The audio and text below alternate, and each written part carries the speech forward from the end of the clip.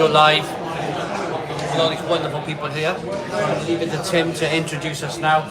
We got a little kind of setup here where we're gonna be sitting and talking. But yeah, let's do this.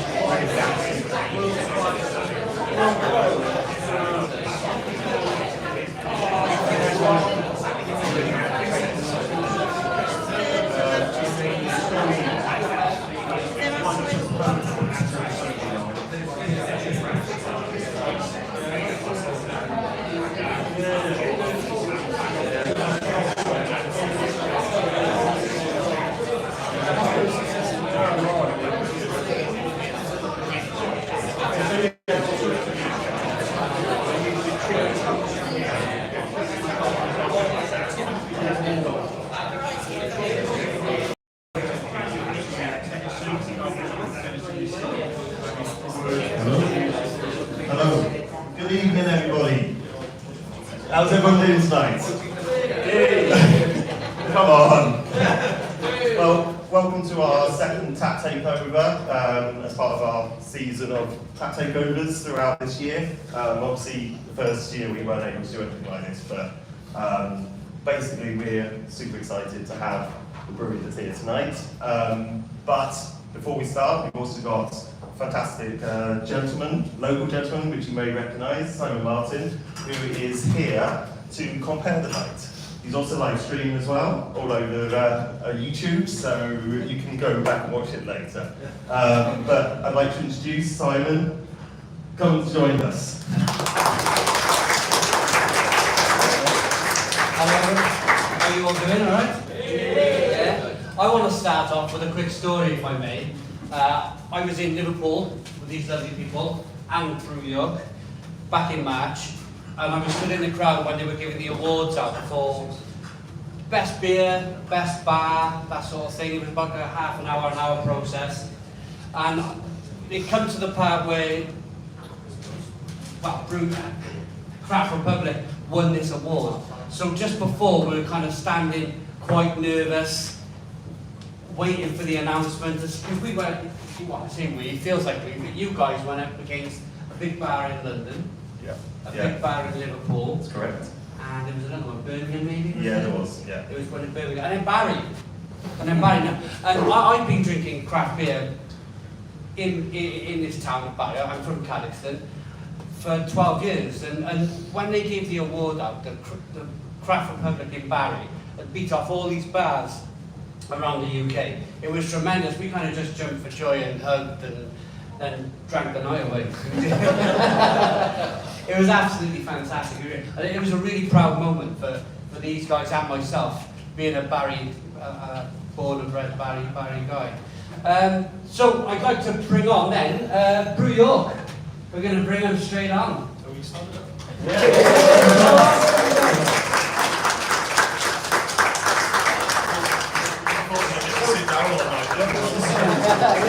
Have you guys tried a lot of the Brew York beers? Yes. Yeah, big fans. Yeah, really enjoy it. So, I'm drinking the lemony snippet, just a nice 2.5 ABV starter. We had a few last night, didn't we? So it's nice to start on a 2.5. But these guys have been brewing terrific craft beer in York since 2016. But you got your own little story to tell just a couple of weeks after getting the keys to your brewery. If some of you might remember, there was a big flood in York. And yeah, I'll hand it over to these guys. Lee and Wayne. Hello. So I'm Lee. This is Wayne. So yeah, similar to the guys here, where 2 weeks into your lease you got a pandemic. 2 weeks into our lease, we found our brewery underwater. So yeah, Boxing Day 2015, we got a phone call to say you might want to head down to the brewery and move some things because it looks like it's about to go underwater. So we did that, and then yes, it did go underwater, and then we spent the afternoon watching on Sky News the helicopter footage of our brewery gradually going underwater. Yeah, that was after I'd spent a fun Boxing Day walking down myself and going almost crotch deep in floodwater, which wasn't much fun. Yeah, it was pretty scary times when we just signed a 7-year lease to the building, and thankfully for us, our equipment hadn't been delivered at that point in time, so it was a building site. So our friends and family rallied in and helped us clean the place, disinfect it, get it ready. And I think we lost about 2 weeks in our build progress. So it wasn't as big of an impact as it could have been. Just meant that we could never get flood insurance. Yeah, it could have been a lot worse. Like Wayne said, we had friends who rallied round and cleared up, and there were people down the street that were much worse affected than us. There was a restaurant called the Blue Bicycle, brilliant place with some sort of high-end cuisine. And I think 2 years on from that day, they never actually reopened. Oh dear. They ended up selling it, and someone else took it on as a going concern at the end. But yeah, other businesses were taking like 18 months to 2 years to get going again after that. So as a brewery, we're only 6 years old, which for us feels like a long time, but in reality, it's not actually that long. And out of interest, because we've never been to Barry before, in the room, how many people have drank our beer before? So because we're so involved in it, sometimes we don't realise how far afield our beer goes. We know where it sells to, but you sometimes, unless we direct deliver, we don't always realise just how far afield it's gone. So it's really nice to get to somewhere new and find that we've got great support here. So thank you everyone who's ever bought our beer. Yeah. Thank you. Yeah. My wife's a sour beer drinker from these guys, sour beer. Is it Rhubarber Streisand? Yeah. Rhubarber Streisand. Everyone's nodding. Yeah. So my wife wasn't convinced with sour beer before. She drank a sour beer here from Brew York a few months ago in the sunshine. It's an amazing place, isn't it, when the sun comes out, outside drinking great beer. Great beer. So we're going to start off with the first beer tonight. I've already had a couple of sips of mine, as you can see. The lemony snippet. So I'm going to go around, just if people want to talk about it, they can, but what are you getting? What are you tasting? What I'm finding with this beer is a little bit of lemon, and then it finishes with a really nice, light, kind of wafery, slightly kind of biscuity finish on the back end.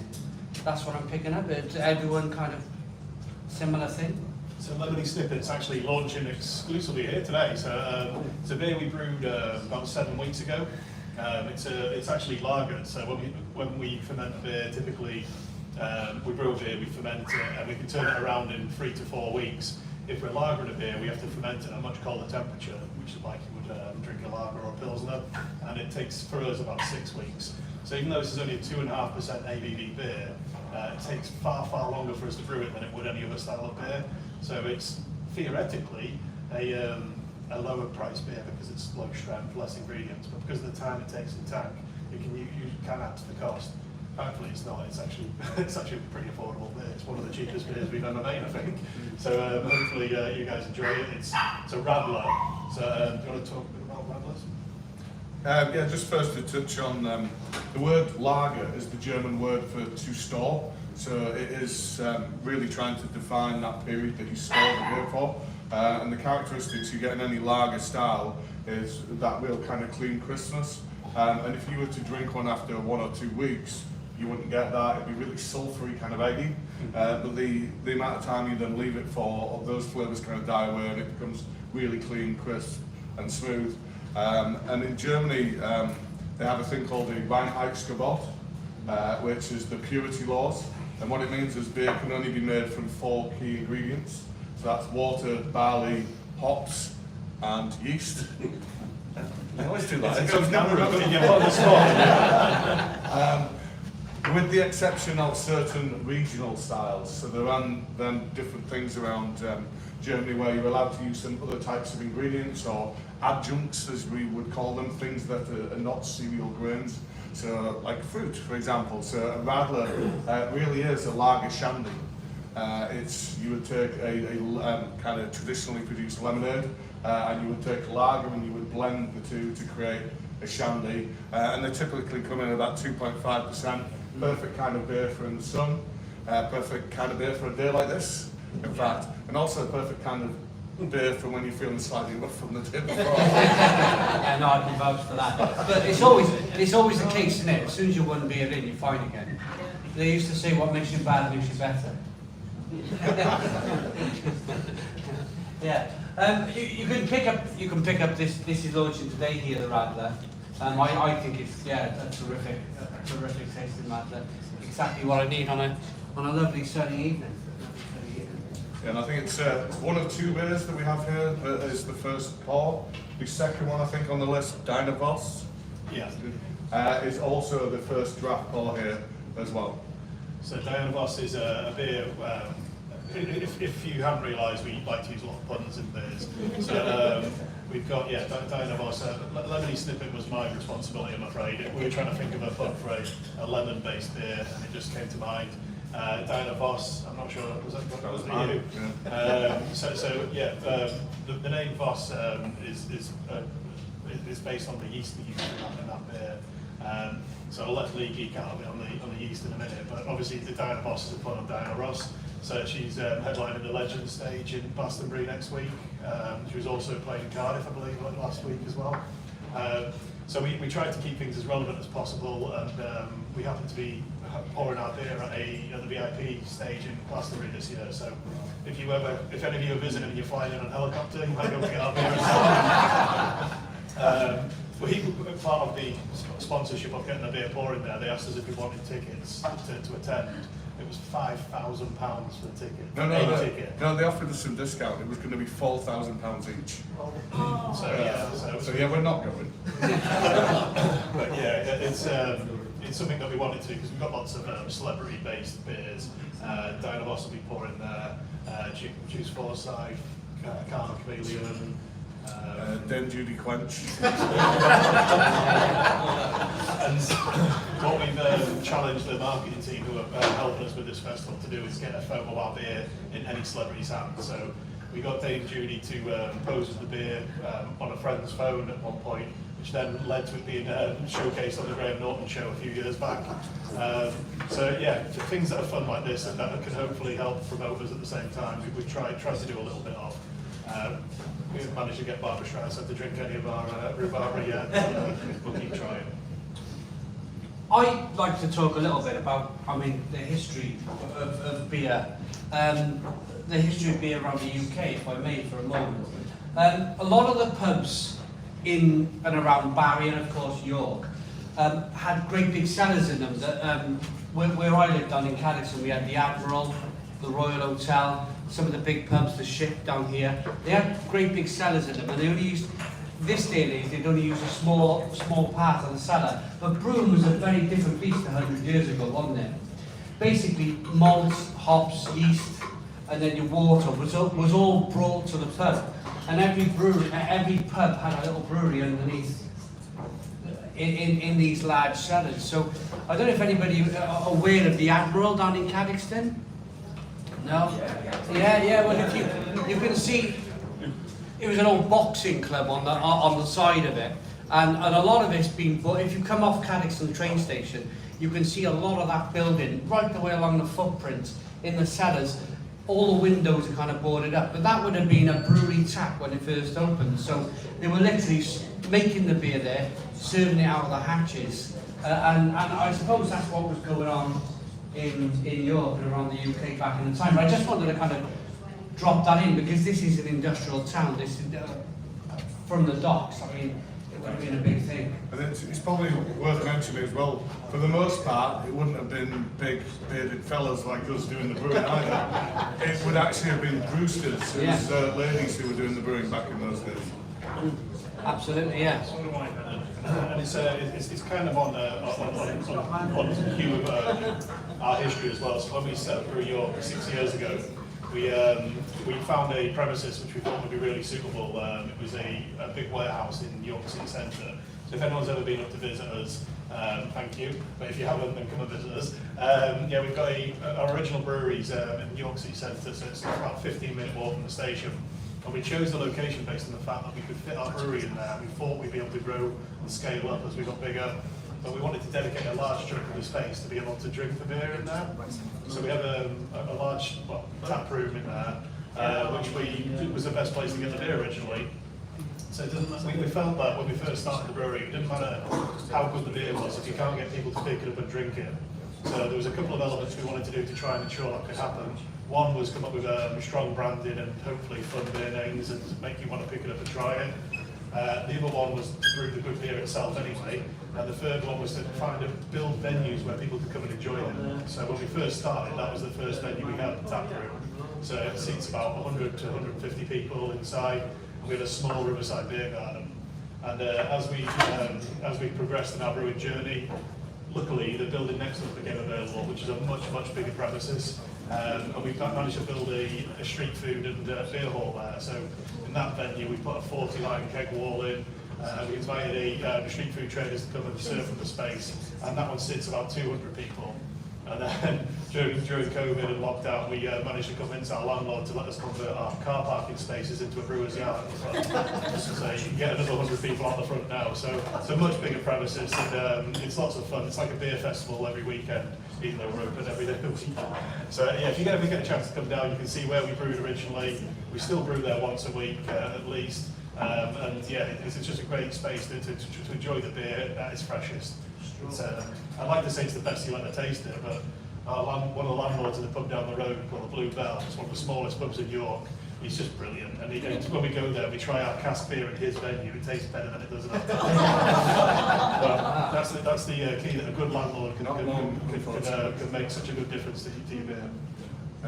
So yeah, one thing that Wayne didn't mention there is the building that we took on next door was originally a brewery. So the lower floor is very low ceilinged, and it was originally the malting facility, and it was what you would call a tower brewery. So, excuse me, before you had pumps, what they would do is they would take everything to the top of the building, and then the process would gradually flow down the building. So they malted it on the ground floor. There's still a big winch in our loft where the malt would then have been taken up to the top, and then the brewing would start at the top. It would then drop down to a big tank room, and that's where our beer hall is. And then, yeah, eventually down into the cellar for serving. Absolutely, and some of you, if you go to get off the Cardiff train station, you'll see the Brains Brewery in the background. That was exactly the same thing. Malting happened at the top, and then the process kind of made its way down. It's the last building standing at the moment, and that is essentially what Lee was explaining then, is everything of weight was kind of started at the top and then made its way down, where the trucks and the horse and carts used to take it all through the city and sell it to the pubs. Yeah. So one of the things, I started the story going and I forgot to mention it, so I told you why we called the beer Diana Boss. I didn't tell you anything about the beer. So it's actually quite essential beer for us. Typically, when we started Brew York, we brewed beer that we wanted to drink. It was quite a selfish viewpoint we had, but we wanted to brew great beer, and the beer that we wanted to brew was the styles that we thought we would like. We've definitely expanded on that now. We definitely brew something for everybody, but we still brew beer that we personally want to drink. And Diana Boss was one of the first time we've ever used English hops in a beer. And this is partly because Brew York is a pun on New York. We're very massively influenced by American beer and what was happening in the scene back when we started. But also because English hops typically are quite twiggy, and it's not the type of beer that has that type of flavour that we want in our beers. But things have changed a lot in the hop market in the UK. And I'm sure Lee will tell you a bit more about that one in a minute. But we brewed an English pale ale with a couple of English hops and a New Zealand hop to finish it off. It's used the Bosch yeast strain, and I find it really easy going. It's just really refreshing. And I only tried it myself for the first time on Friday, I'm really pleased that we had the brewery called Northern Monk. You might have heard of those guys. They were in Brew Reviewers on Friday. So we had Brian, who's their technical director, who came up with pretty much most of their recipes, and he really enjoyed it. And it was just nice to hear that from our peers in the industry, because they're really enjoying the pale beer we're brewing at the moment. Yeah, so a couple of bits to pick up on there. So first of all, English hops, yeah, they've been on quite a journey over the last sort of 30, 40 years. They've got hop breeding programs which aren't that different to kind of pharmaceutical development timelines. You're talking about 15 years from original seed to actually becoming commercially available. So yeah, it takes a long time to kind of turn a juggernaut around and for them to kind of change the direction in which they were going with their breeding programs. So back in the sort of 1970s, that they were breeding some things that were having American-like character, and American hops are known for being big and punchy, like fruity, floral on one end of the scale and kind of piney, resiny on the other end of the scale. And what they decided was that that wasn't English. So they then parked all of those hops, they deselected against those kind of characteristics, and then they made the hops that are slightly more twiggy, I guess we would call them. But now the world has become obsessed with American style of beers and these big fruity floral characteristics that you get from the American hops. So what they're starting to do now is they've gone back to the research of the 1970s and they're starting to plant all of these hops.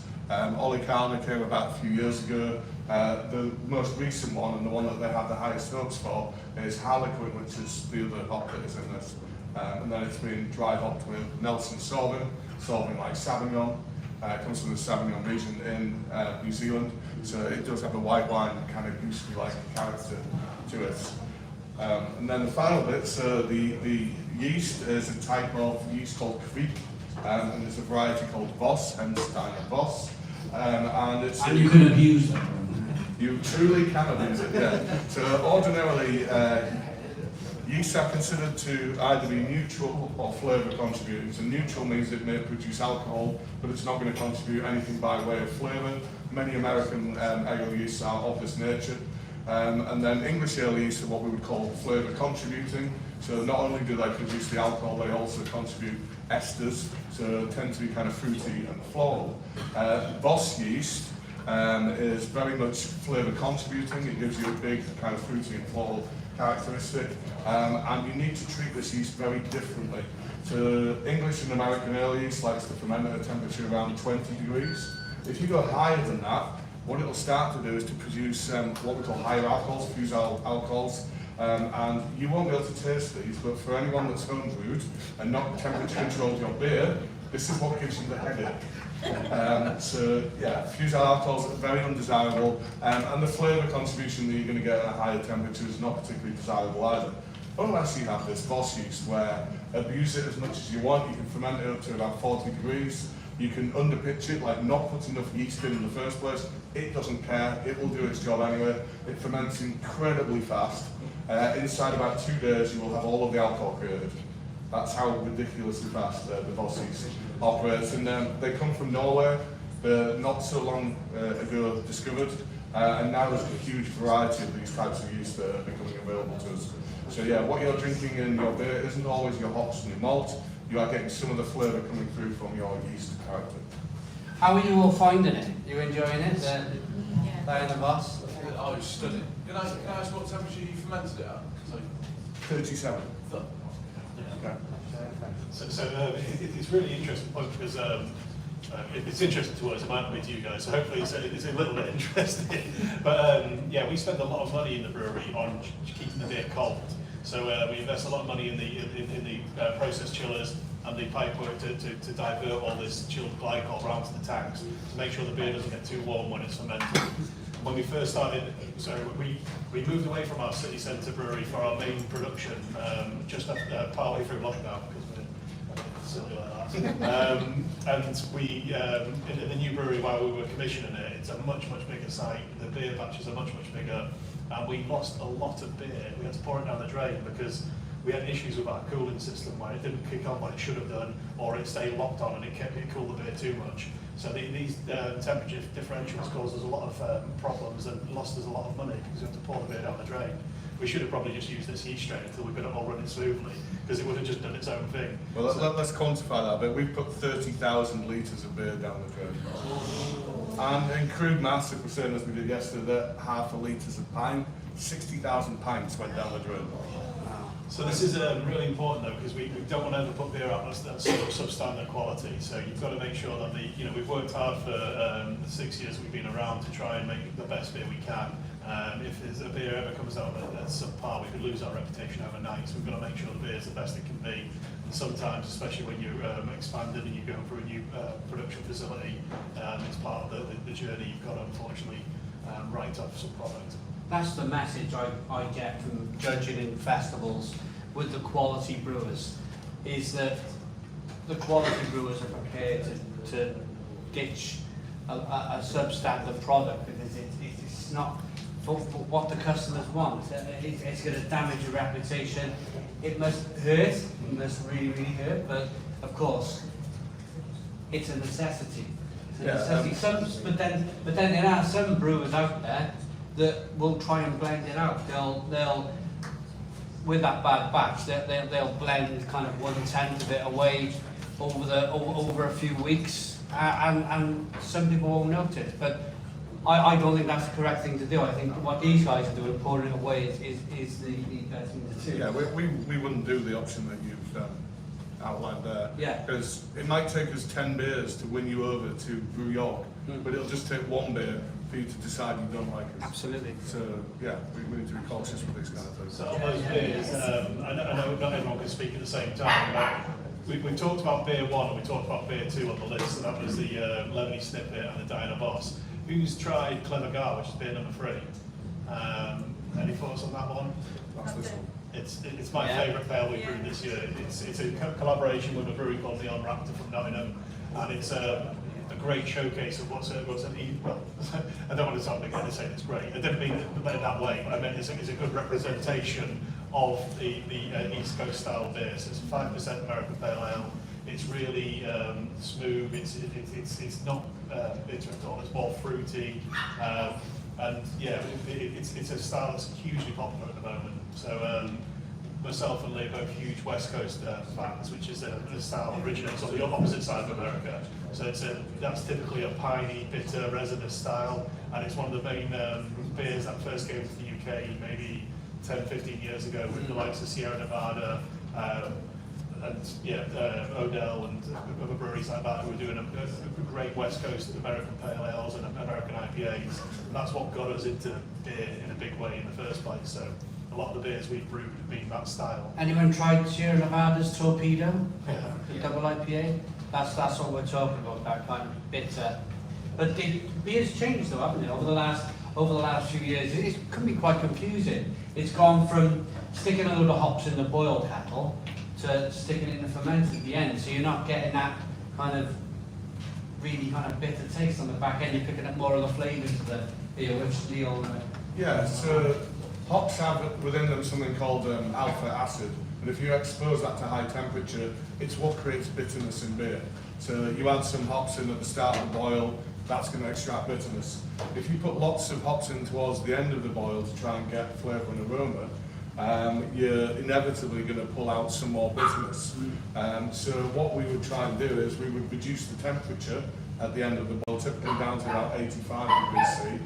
We would then introduce the hops so we get the flavour, we get the aroma, and we don't extract the bitterness. But that's only part of the picture. It's like you were saying there, Simon, a lot of what would have gone into the kettle has now been substituted for dry hopping, so it goes directly into the fermenter to give an elevated aroma.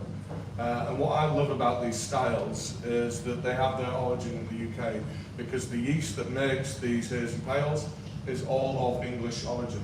So like I was saying earlier, the English yeast is what gives the fruity character, its flavour contributor. So someone at some point, who knows when, took our yeast to the US, and now that's what they all use to make these types of beers. They traced it right back to a brewery in Manchester. It's an old chain of JW Lee's. JW Lee's yeast, Apparently, if they traced it back far enough, that it was all of these American yeasts, all of these American beers. The yeast goes all the way back to J.W. Lee's in Manchester. Apparently, I don't know if it's Oh, fantastic. yeah. So on that beer, on Clever Guile, the name is a pun on Jurassic Park because Neil Raptor is the brewery we brewed with. And we came up with loads of other really cool names, but someone had already done it. So someone's already beat us to the pun, so we had to we settled on this one, which we thought was quite good anyway. So Guile is a batch of beer. So when we brew, every single brew we make is a new Guile. So that's the Geeky Brewers reference in there as well. Yeah, if you ever buy one of our beers, there's a 3-digit code on the bottom of the can. That's the Guile number, the batch number. So if you enjoy Clever Guile, there's another beer on the menu called Sim City, which is a rebrew of a beer that we did a few years back. But we've modified this recipe. It's Simcoe and Citra, which is where the name came from, and it's brewed the same style. So, and if you like those beers, higher ABV versions, we've got a New England IPA on. Can't remember which one it is. Curbside Summer. Oh, Curbside Summer. So Curbside Summer's New England IPA, so it's a little bit stronger, 6%, and that was brewed with in collaboration with a bar in Manchester who stocked our beer permanently. Crown and Kettle. I've had a few beers. Crown and Kettle in Manchester who have had a permanent line of Juice Forsyth on for as long as I can remember. It's a great bar, and they've got a nice outdoor area, and that was part of the pandemic. They switched a lot of their trade to outside, and they came up with the name because it was their Curbside Summer. So that's a really cool beer of that style. And then if you want to take it another notch up, this one's got a bit of lactose in there, but it's called Dua Lipa. So based on Lee's favourite artist. Hence all the tattoos. So it was your name though. I did come up with that there, yes. So that's it's a double IPA, but it's a double lactose IPA. So the Duo LIPA is where the name came from. So in those styles, that's kind of the ascending order, if that's what you like. Personally, I'm probably going to switch on to something like got Kairikau on, which is a new style of beer, which is a cold IPA. So it's a cold IPA. It's a style that's becoming more popular now. It's lagered again, or it's brewed with fermented with a lager yeast, and then it's hopped with a normal IPA style hopping regime. So this is more West Coast style. So if anyone's listening on the bar, could I have one, please? Have a half of one, please. What are you having, Lee?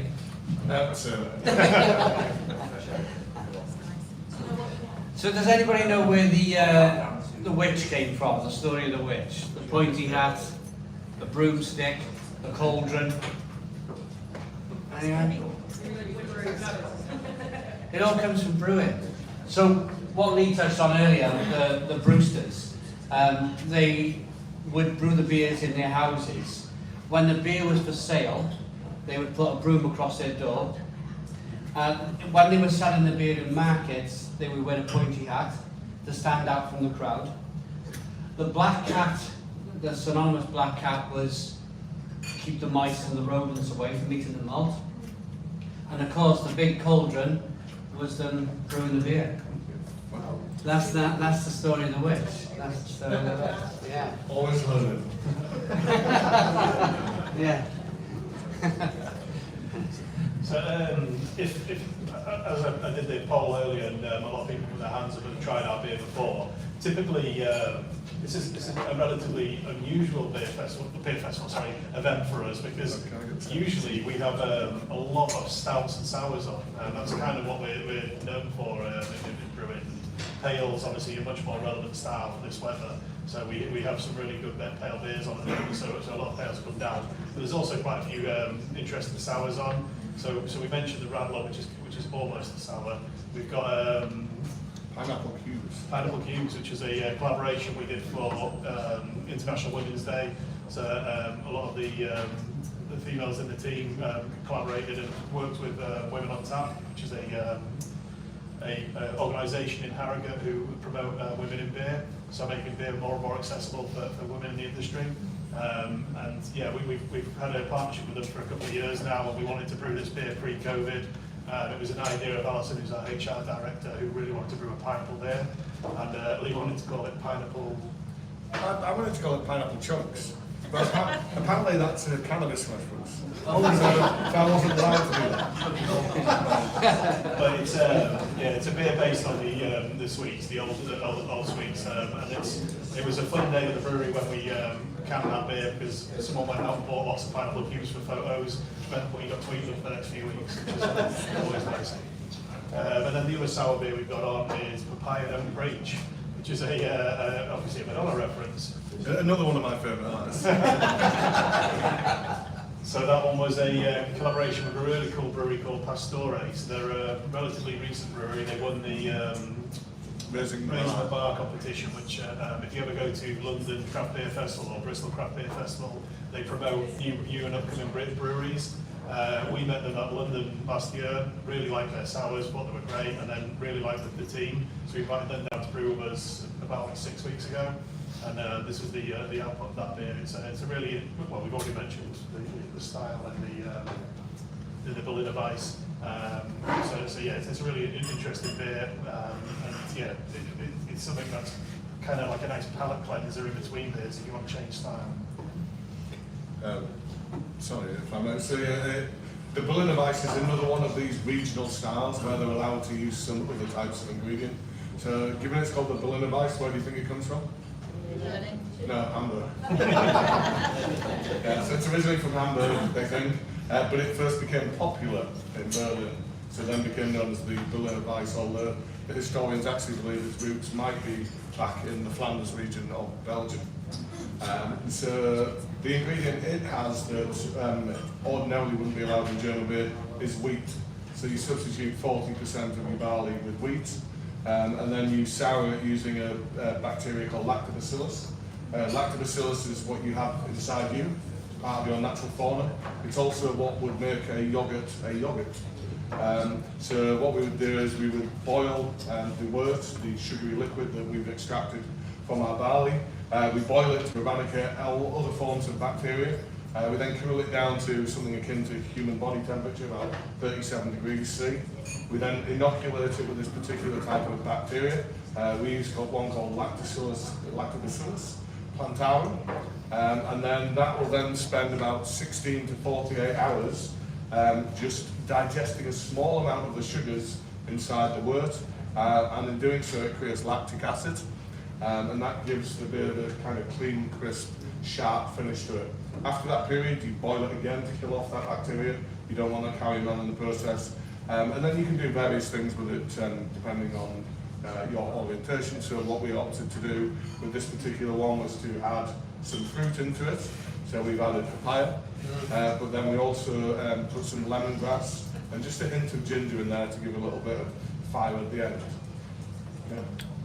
I'm curious, and I'm curious to hear some of your beer stories. What got you into beer? What brought you here tonight? Then where did it all start for some of you guys? Was it an accident, or was it a friend that introduced you to a beer, or did you see something in the supermarket you like to look at, you picked it up, and it leads you down that? Because once you go down that rabbit hole with beer, you never come back, do you? It was here, was it? Yeah. Oh, that's absolutely fantastic. Absolutely fantastic. Any other stories? I brew quite a bit, so so I'm just always interested to hear what the brewers have got, so professional brewers. I've got to say about their techniques. I mean the box was so clean. It's just, I've just finished my debate at home. I'm just giving my last bottle away to a mate, my brother-in-law, and it's a good beer, but it's not passionate. I suspect my equipment's a little bit fancier than yours. That's just bragging.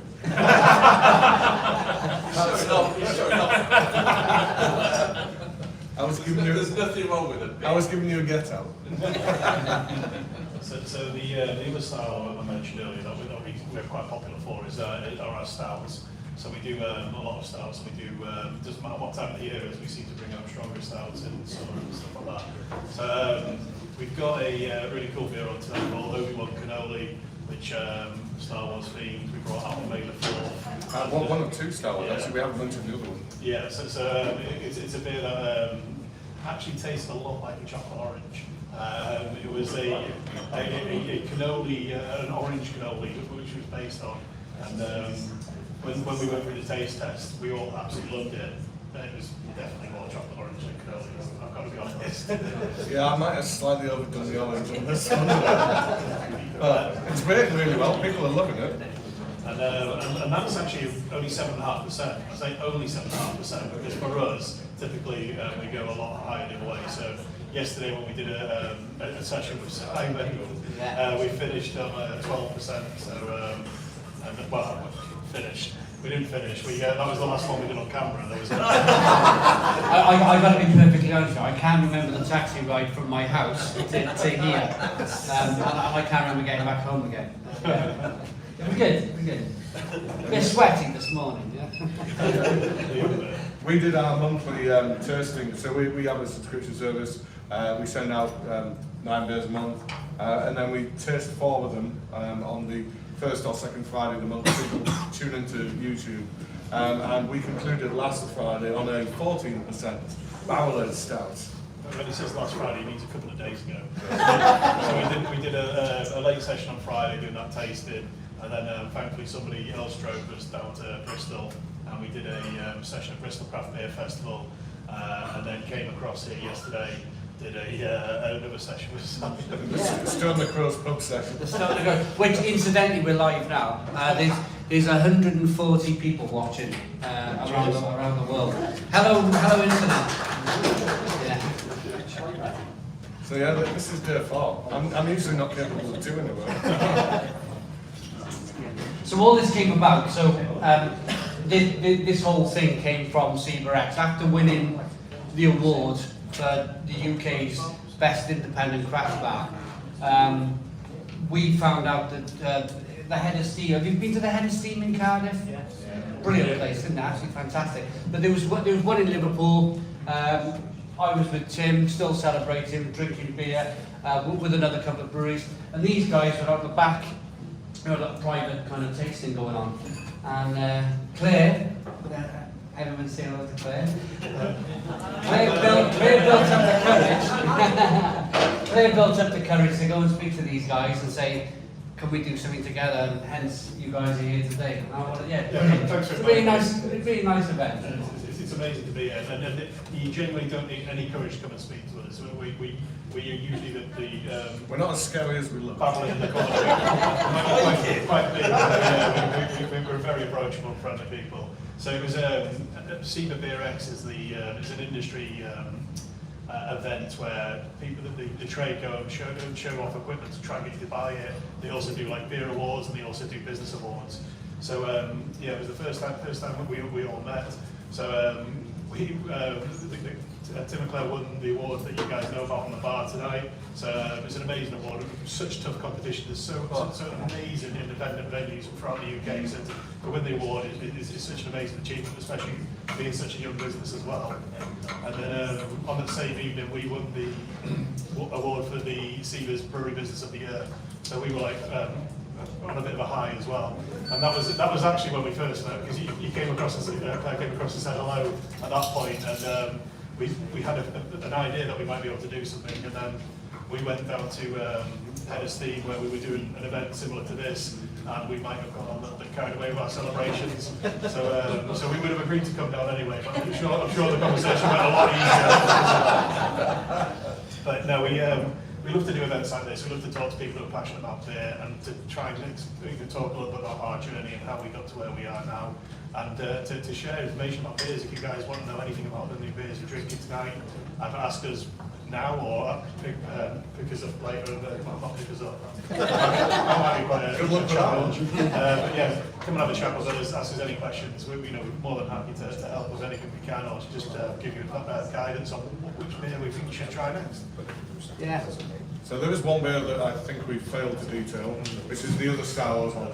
So Obi-Wan Kenobi, this year was the first time that's appeared. Last year we did a different Star Wars beer, which we brought back again for this year for May the 4th, which is Star Wars Day. And it's called the Mangalori.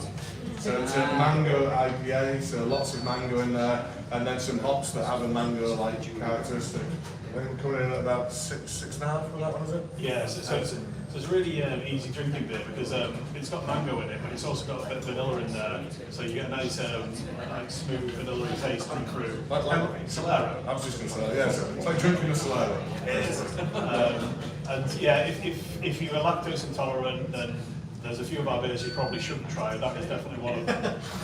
Yeah, we do use lactose a fair bit in some of our out there styles. Mangalori is one of them, so it's a lactose IPA. It gives you like a creaminess to the finish, gives you a fuller body. So the reasons why we use that style of adjunct is it helps with that. The downside is it becomes a beer that's not vegan friendly, and it's also not suitable for people who are lactose intolerant. The fun fact that really kind of got me, I was in Norway, and we brewed a beer called Sour Simon, named after myself. But the way the brewer explained it, and this is just a kind of like open mic thing, we can talk a little bit about it, is he basically put it down nice and easy for me, where he said when you add lactobacillus, instead of getting sweetness from the beer, it forks it in a different direction, and it makes it go from sweet to sour. Is that kind of, it forks it off in a different direction? Two similar names but different things. So lactose being milk sugar, that was what was in Mangalori, and then lactobacillus is the bacteria that Luke was talking about earlier that we used in our sours tonight. Yeah, so, but the reason we might use lactose, the milk sugar, is because it's not fermentable. Your standard yeast is not going to be able to convert it into alcohol, so it remains in the final beer, making the final beer sweeter. Have we got any home brewers in the room? Definitely got one. And then there's one at the back over there. And my mate was there. Yeah. So typically when we do our monthly YouTube session where we talk through the beers that we brew, we have a running competition called the Weep Stain. And it's about which one of us goes to the toilet quickest. It's always me. So you go into the I'm loo. gonna look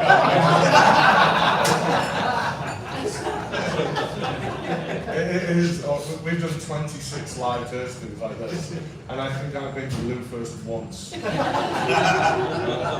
That will be the first of perhaps 4 visits while we do this.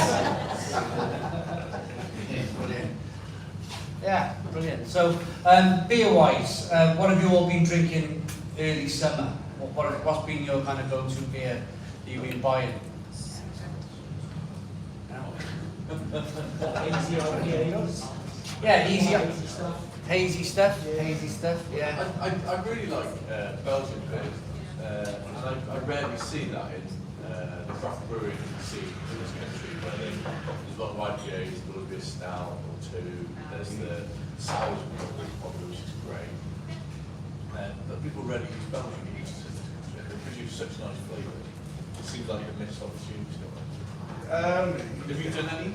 Well, we've done a couple of Belgian beers, we've done a couple of quads, Right. but us being us, it can't just be a standard quad, so we threw loads of fruit in it. Okay. So yeah, we've done those, but I think something like that is probably best left to the experts. So there are a couple of nations that are known as the master brewers of particular things. Yes. So the Belgians when it comes to blondes and sours, and the Germans and the Czechs when it comes to anything lager based. So why try and take them on at their own game? They've done it for hundreds of years and they do it really, really well. So I think rather we found our own niche. They're still quite hard. You don't see them in bars very often, though. I went to City Gardens the other day. They've gone down there. And I said, what have you got? He used to be like Belgian stuff. Unbelievable. Thinking like truth. I said, what have you got to Belgium? He pointed at the Stella Arms once. It's just unbelievable. It's heartbreaking, really, isn't it? It's heartbreaking to see this city. Yeah. So there are a couple of UK breweries that do pretty much entirely Belgian beer. So one of them is a Scottish brewery called 6 Degrees North. So if you want UK produced Belgian style beers, I would suggest seeking out their beers. And there is another one, I can't remember the name. It's just nice to see a bit more in bars, isn't it? Yeah, the head of steam is quite good. Yeah. The head of steam, they got delirium tremens on tap. Yeah. But it's £9 a pint. So, what was the beer that got you into craft beer? Anyway, is it a particular brewery? Is it a particular beer? In being in Belgium, we spent some time in Ghent, seeing friends, and ended up going to a couple of brewery tours, which was, what was that? There's a bar in Ghent that's got 520 beers on tap. Have Yeah. to train you shoot the Yes, glass. and that was the last casino. And Yeah. they've gone from, we've been twice in the last 4 years, but the difference we noticed is that the beer menus started changing more from the traditional Belgian stuff that I guess a lot of the tourists are coming from. That they've now got a lot of the craft beer sort of scene that's coming from other countries. breweries coming up. For the benefit of your audience, we just heard off camera that in Ghent there's a bar that has 520 different options. Yeah. I presume some of that's a bottle menu, that can't hold No, it. no. No, it's Most a of mix, it's- a mixture Yeah. of everything. But the majority of it is on tap, but they've all got their own, you'll never get a beer in Ghent that's not served in the brand glass, so everything is served in their own special glasses of God knows what kind. So we have a friend in Texas called Travis, and he has a bar local to him called the Flying Saucer, and that has 200 keg lines, and they have a loyalty program. And for every 500 beers that you consume in the bar, you get a flying saucer, a plate. And he has 4 of them, so he's consumed 2,000 beers in that one venue, and his mate has, I think, 7 or 8 of them. Wow. So, I mean, that's dedication to the cause. It's also a good customer to have. But in some of these Belgian bars, it's a bit like going to a restaurant where they'll just bring you a book. Yeah. And you open this book and It's like a karaoke book. Absolutely. Plastic leaves and it's like that. yeah, The big one- thick book. The one thing I'd say though is that, like we've said this before, is that we went for the first time, it was about 4 years ago. And before then I didn't really drink beer. And I really enjoyed Belgian beers, that was all great, really enjoyed it. Came back, there wasn't really anything around that was sort of matched that level. This place opened, we've been here at least once a week ever since. Yeah, But the one thing that we noticed going back is we went back again this last Christmas. And what was really interesting, and we actually said a couple of times, is where we went first time we said, there's nothing like this at home. Like, we haven't got beers like this at home. This time, we were saying how many beers that we tried out there were like the beers we tasted Yeah. here. Or that some of the beers we had here were better than what we were having out here. We enjoyed them more. And Well, so they're adapting their style to they our started with style. that style, but what really struck us is how a lot of the beers now produced here are on a par Yeah. with other, if not better. So So one of the things we notice a lot is the variety of the international beer imported into the UK and sold in craft beer venues is reducing massively. So part of it is the cost of getting the beer into the country. A big part of it is the quality of brewing in the UK has rose so high that there's so much competition that why would you pay the premium of importing a beer when you can pay for a locally produced product that's just as good? To give that some context, so we export some stuff to Asia, and pre-pandemic it would have cost you £2,500 to get a container between the UK and Asia. How much do you think it costs now? It's about 6 or 7. Have a guess. Is it £15,000 to get a shipping container between Asia and the UK? It doesn't support that discussion we just had, but one of the interesting things you said, I heard Lee say when I walked back, you know, why take on the Belgians when they do what they do? So we were in Denmark a few weeks back for a beer festival, and Norway. We were in Norway, and we were talking to our importer, and he really wants our Pilsner.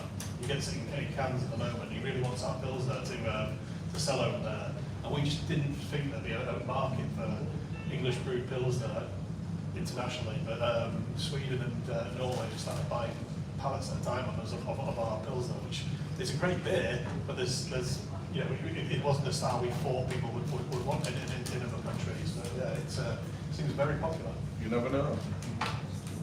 I'd say, and some of you who probably bought beer in bottle shops over the years, you've probably seen a difference. Maybe 10 years ago, there was a lot of American IPA on the shelves. You probably see a lot less of that now.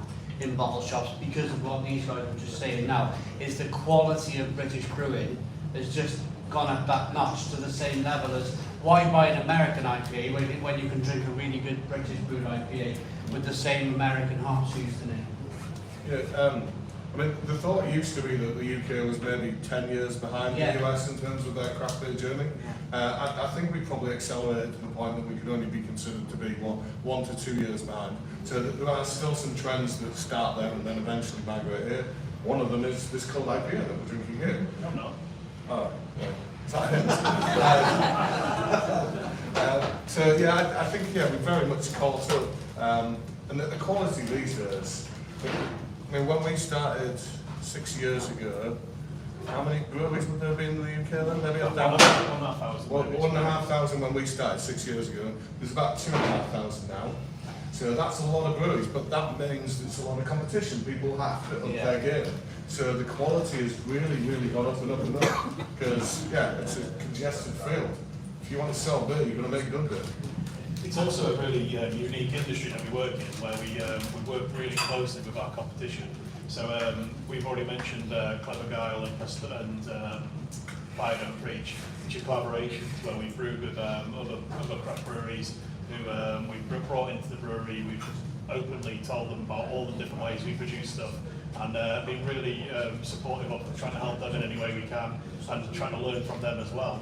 It's just an industry where we feel that if we are all brewing great beer, it means more people are drinking this style of beer, and fewer people are drinking mainstream lagers and multinational beers. So that's what we want. And our goal is for more and more people to drink good beer and support independent businesses. Amen to that. Where do you think beer is going to go then in the next 2 to 5 years? Where do you think just the level of quality is going to keep going? I think the level of quality is going to sustain. I think we've already got to a really good level. I think there are slightly worrying times ahead for our industry with what's going on with the prices.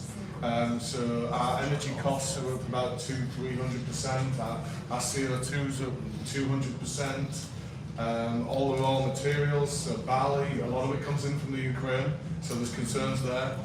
So as much as we try not to, some of that cost is going to have to be passed on to the consumer just to keep the business and keep our industry going. And we were looking earlier, the amount of closures we're now hearing of in our industry, people who we consider friends who are now losing their livelihoods. I think the next sort of 2 to 5 years is going to be a period of consolidation. Right. Where we're going to see some people go, but then those that remain are going to be stronger and they're going to grow. Yeah. Probably a bit like where back in the 70s you probably had Bass with bread. They passed on to Marston's and Green King, didn't they? There's always, over time, a swapping of the guards. And I think that's down to what you're saying, is there's new breweries coming in doing great stuff, where there's sometimes, it's a bit like the car industry. They took a long time to get on to producing electric cars. They're like slow-moving giants, isn't they? But the breweries are the same thing, exactly the same thing, in that they'll continue brewing what they think is right without poking their head above the precipice and having a look around, see what other people are doing, and so it's kind of too late. So one of the things I've noticed is a lot of the breweries, unfortunately, who are falling by the wayside at the moment, are breweries who haven't been able to, or weren't able to adapt in the last couple of years when the pandemic hit and get their beer out to consumers in small packs, a can or a bottle. And it was really tough because all of a sudden the demand for packaging rocketed, but there's only so many businesses who already had existing packaging facilities, or there was only so many mobile canning lines or mobile hotline lines available to go and service businesses. We were just really fortunate at that point in time where we'd invested in an over-spec'd canning line. We just bought it from 5 Points Brewery in London, much bigger than we needed, because we were hoping we'd move it to a new facility with us and it would future-proof the business. Pandemic hit, everything went into lockdown, and we thought we were going to lose the business overnight. It was obviously a horrible time for everybody, business owners. Currently we employ about 75 people. Back at the start of the pandemic, I think it was about 60. And it was sleepless nights. We just were worried that we were going to not only lose our business, but all our friends that we employ were going to lose their jobs. And there's not many good things I can say about the government, but one of the good things I can say is the furlough scheme came in, and it really it made such a difference. It meant that all of a sudden we could step our employees down and still pay them while we worked out what we were going to do. And then within a few weeks, we were back in full production again because we had that canning line and we started switched our packaging from keg across the can. And thankfully, everyone started buying our beer again. It was Because what do we British do in a crisis? So yeah, we were in a relatively fortunate position because we had that canning line. But there wasn't that. There's a lot of businesses out there who couldn't adapt like that, and who really struggled. And even now, venues are back open, people are out drinking again. Every single week, still really challenging to decide what we do. Do we put more volume into keg because pubs are open again, or do we put some volume into can because people aren't spending as much because of the crisis that everyone's in at the moment? So it's a real fine balance. We've got to be really adaptive as a business, and because we are a relatively small business, we can actually chop and change and adapt to what demands happen. Bigger breweries who've been established a long period of time can't necessarily adapt like that. So we've managed to do relatively well in the last couple of years, despite all the challenges. And yeah, I said earlier, we still have our city centre production site. We brew there once or twice a week. We were brewing around 5,000 hectolitres a year of beer pre-pandemic, and that was driven by the fact that 500,000 litres. yeah, so about 1 million pints a year. So, and that was driven by the fact that as soon as you brew more than that, you have to pay more tax. So unless you're going to grow above it from 5,000 hectolitres and go substantially above that, the extra tax you pay won't cover the extra costs you'll incur. So we had a plan in place, and the plan was to grow up to about 7,000 or 8,000 hectolitres. And because of all the different schemes and opportunities that were available during the pandemic, it sounds strange to say opportunities, but there were like loans and things available that helped us grow to expand into our new production facility. But we went from 5,000 hectolitres to almost 9,000 hectolitres from one year to the next. But it didn't really happen like that. We were brewing at our own site in March, on volume, and in April we got the new set up and running, and we doubled volume overnight, which was so difficult because our team wasn't quite there in terms of being able to cope with that. But they were great. Our team did a great job, and when we adapted and we grew rapidly, and now we've kind of bedded into the facility we're at. And there's a lot of breweries out there who didn't have that opportunity to do that. So we kind of got a little bit ahead and hopefully secured our position in the marketplace for the next few years to try and counteract all these additional costs we've got. We've got a bigger facility, we can brew things a little bit more economically than we could have before to counteract all these extra costs that are coming our way. But it's still massively challenging. Do you think the internet and the pandemic changed brewing in Britain in terms of how we drink the beer, the drink at home, and internet buying the cans, or have you seen it flip back to people drinking back in bars again? Well, there was one stat I saw kind of midway through the pandemic, which I think tells us everything we need to know about that. It was that 2 out of the 3 people that were buying from breweries were doing directly so for the first time. Wow. So we were lucky enough to have a website at the start of the pandemic. It wasn't a very good one, but we had one. So we were able to sell beer direct to the consumer, and we did see a massive spike initially. For those people that didn't even have the website, it must have been really challenging at those points in time. And we've invested a lot of money in the website over time to try and make that a better customer journey. But yeah, it's the internet has absolutely been huge. And the other thing that's been huge, I would say, through the pandemic is everybody focused on local. The amount of support we got in our local industry, we started doing local deliveries, so we managed to keep our draymen on, and they weren't delivering to Liverpool or to Newcastle, they were delivering to our next door neighbours. Mr. Jones down. Yeah. A bit like the milk cats, we still got, fun fact for you guys from Europe, we've still got battery operated milk floats to go around and buy. Cool. Yeah. So again, another thing that helped us as a business was having our bars. So we actually have 4 bars, but 2 of them are adjacent to each other in York. So we have a small bar in a market town called Poplington, and then we have a bar in Leeds. And having that, those that customer base of your own venues that sell your beer direct to consumer was very helpful to our business. But obviously we lost that as soon as the pandemic hit. We lost effectively a third of our revenue of our business overnight because we couldn't sell to consumer anymore. And then our web shop really kicked in, and we gained that back again. And it was great because it was a new stream to our business we never had before. And then all of a sudden, pubs started opening up again, but people were still buying and drinking at home. So we kept that stream of our business. It's added a new part to our business we never had before. It's obviously nowhere near the volumes it used to be, but it's still a really strong part of the business that's brought. We have 2 people who work in our web shop team, so it's another 2 employees who work for us now who take care of that part of the business. It was insane how much you lot were drinking at home. On a daily basis, we were sending out pallets of beer directly to people to drink at home. A whole pallet of somebody's house. Multiple pallets Yeah, every not day. the long list there. That's just Was that Moxon Street? And our haulier at the time was DHL, other hauliers are available. And they would turn up and collect it, and we'd have under maybe 60, 70 different orders on the pallet. It was really good actually because it's the same parcel guy who supported who serviced our business from day one, who still looks after us now. And he got paid a commission per parcel. So all of a sudden overnight he was making a fortune from the business we were doing. And it's great to support someone that we know and who helps us. So he still does it now, and it's great because we pick up the phone to him if they haven't been at the right time and our parcels haven't gone out. And do you know what's cool is so we've got a new brewery that's about 15 minutes from the original one, which is technically outside of his zone, but he's managed to wangle it. So he retains us as one of his people on his collection room. Yeah, so again, another thing of the pandemic, we said support local and also take care of each other. So it was great to be able to do a lot we unintentionally helped him, and then once we found out he was on a commission per parcel, we tried to put even more business on it. I've just noticed we got 3 empty glasses. What do you fancy? What should we have? I'm going back onto his clever guy.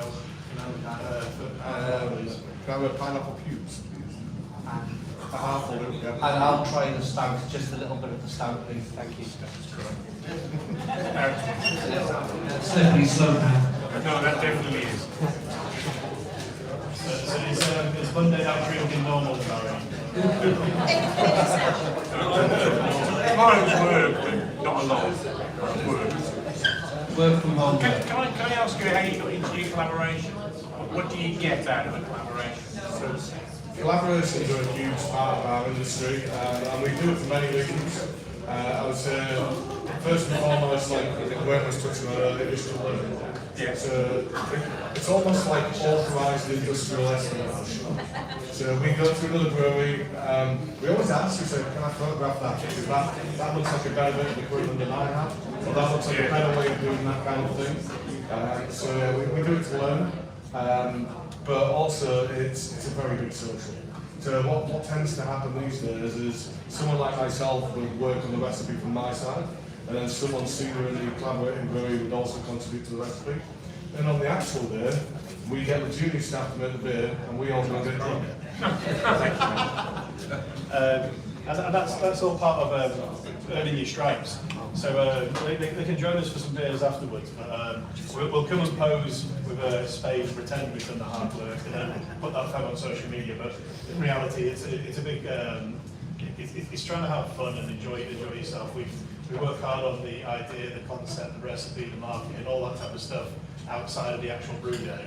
And what we tend to do on a collaboration brew day is we invite the other brewery down and put them in a hotel, we take out a few drinks, we talk about bits and pieces, and we try and, like I say, learn from each other. And when we first started the business, one of the big things for us was to access the market as well. So if you're brewing with another brewery from another part of the country, you can all of a sudden, their local customers who support them will want to try and buy that beer. And it's a great way to sell your product. It's not so much so for us, that's not part of it anymore, but a big part of it is us supporting the other breweries we work with to try and provide the same to them what we got from the breweries.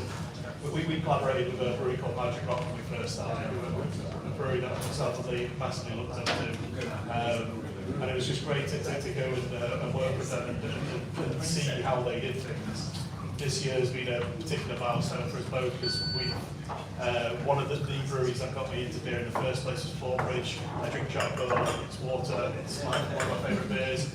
So we got to brew with Thornbridge a few months back, and they were amazing hosts. They brewed with us at our place, and we reciprocated and brewed with them at Bakewell.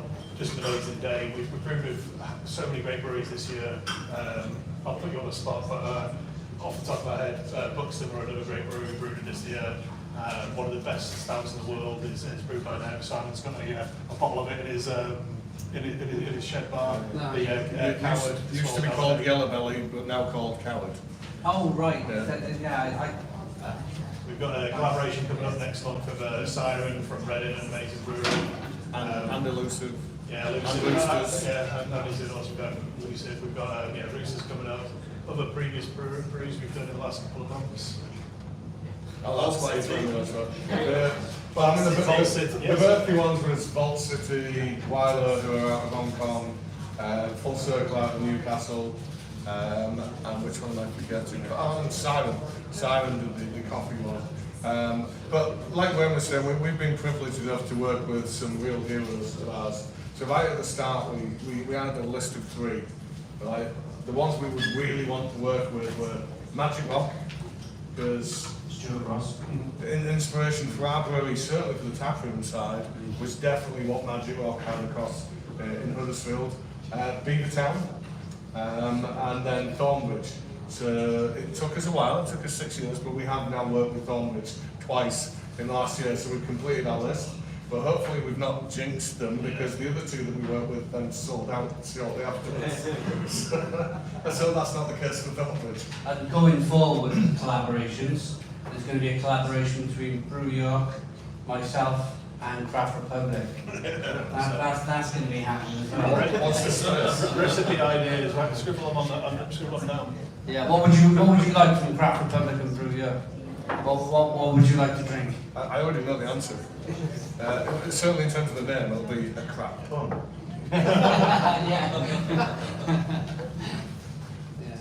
I'm now racking my brain in case we've missed the collaborating brewery we worked with this year. We worked with Fine Ales. Fine Ales are a great brewery from Scotland. We went up to a festival a couple of weeks back called Fine Fest. Awesome place to go. If you ever get a chance to go to that festival, I highly recommend it. It's a lot of fun. You've got to camp for the weekend, so if you don't like camping, really dare it because it's worth it for the festival itself. It's just such a great place. I would second that. It's the most amazing beer festival I've ever been to. It's a bit of a secret. I think probably because they're so far north in the Glen. Right. But I think they've really got the balance of the beer versus the entertainment correctly. Right. So it's the least pretentious, most relaxed beer festival I've ever been to. And some of the entertainment musical options now.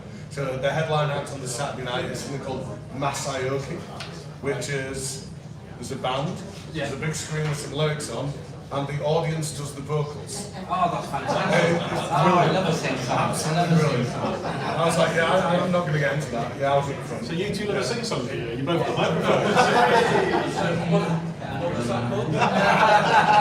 Sweet Caroline. No, you can't sing that. It's that stout, see? That's the English football song, you can't sing that either. If you were going to go anywhere to drink in the world with bars and breweries, where would you go? Sierra Nevada, California. Yeah, it's in Chico, California. It's an amazing place. The one that we're really trying to do this year is go across to New York. We're going to do Brew York in New York, and then go see some of the tap rooms there. So in Brooklyn, there's some amazing breweries, and yeah, we'd like to go out there and hopefully do Another half of KCBC. I go to Germany. I love my wife's beer, so. No, I went to Canada. Canada's got some great small craft breweries. The interesting part about it, I went to one, because of the tax issue, if you kept it under 1,000 litres, you didn't get taxed on production, you only got taxed on your sales. Because the Canadian government had worked out it cost too much to send him an invoice to get him to pay it. we have some weird things like that in the UK still. So if you're a cider producer, you can make up to 700 hectolitres. So what's that, 70,000 litres? Is that right? You can make up to that a year and not pay any tax. Which we consider to be quite unfair because we're paying tax on every litre that we're making of beer. Coincidentally, you have to own a load of land and an orchard for yourself, isn't it? It's coincidental that you have to have a load of land and an orchard and a farm and Yes. money Yeah. to be able to get away with that tax. Oh, Mere coincidence, I'm sure. And I suppose there's that, what you were saying there, Chris. There was that whole, years ago, the beer regulator, what was it, it was 100,000 signatures, I think, that the public signed to stop this regulator that Gordon Brown put in, because Gordon Brown, the Chancellor, then liked his whiskey. So he wasn't putting a tax on whiskey because he liked whiskey. There was a beer tax regulator, and there was the beer duty escalator. So it took 100,000 signatures. It took probably a year to get to before they would even consider getting rid of that tax in government, which it finally went away, thank goodness. I feel a bit under pressure now. He's walked off and left me. He mentioned that you always went to the toilet first. Well, one of your followers, who's also one of our subscribers, Hazy Hayes, obviously he put a comment earlier, he could vouch for the fact that I always go to the loo first. What comes first, the name or the beer? That's a good question. This is one that we get asked quite a lot. So when we first started Brew York, we'd work on a lot of this stuff together. So the name itself, Brew York, was one of my puns from our early days of trying to work up a strategy. And then Lee took over a lot of the naming ideas. So if we've got a really shit name you don't like, it's definitely Lee's fault. But yeah, as we grew, and especially during the pandemic, we were bringing almost 2 new beers out a week. It was crazy. So there's lots and lots of names, and it was hard to come up with new and interesting things. So we have a thread at work, so it's like an instant messaging app, and we have a name ideas thread. So sometimes the name comes first because someone suggests an amazing name. A lot of the times we've got a beer recipe and we put it on there and we ask the guys to put their name. So the quite terrible pun we've just done with the Milner Monk guys, it's going to be a scone-based beer. I call it scone. People might say scone, which is a good thing because we called it Scone Alone Monks in Brew York.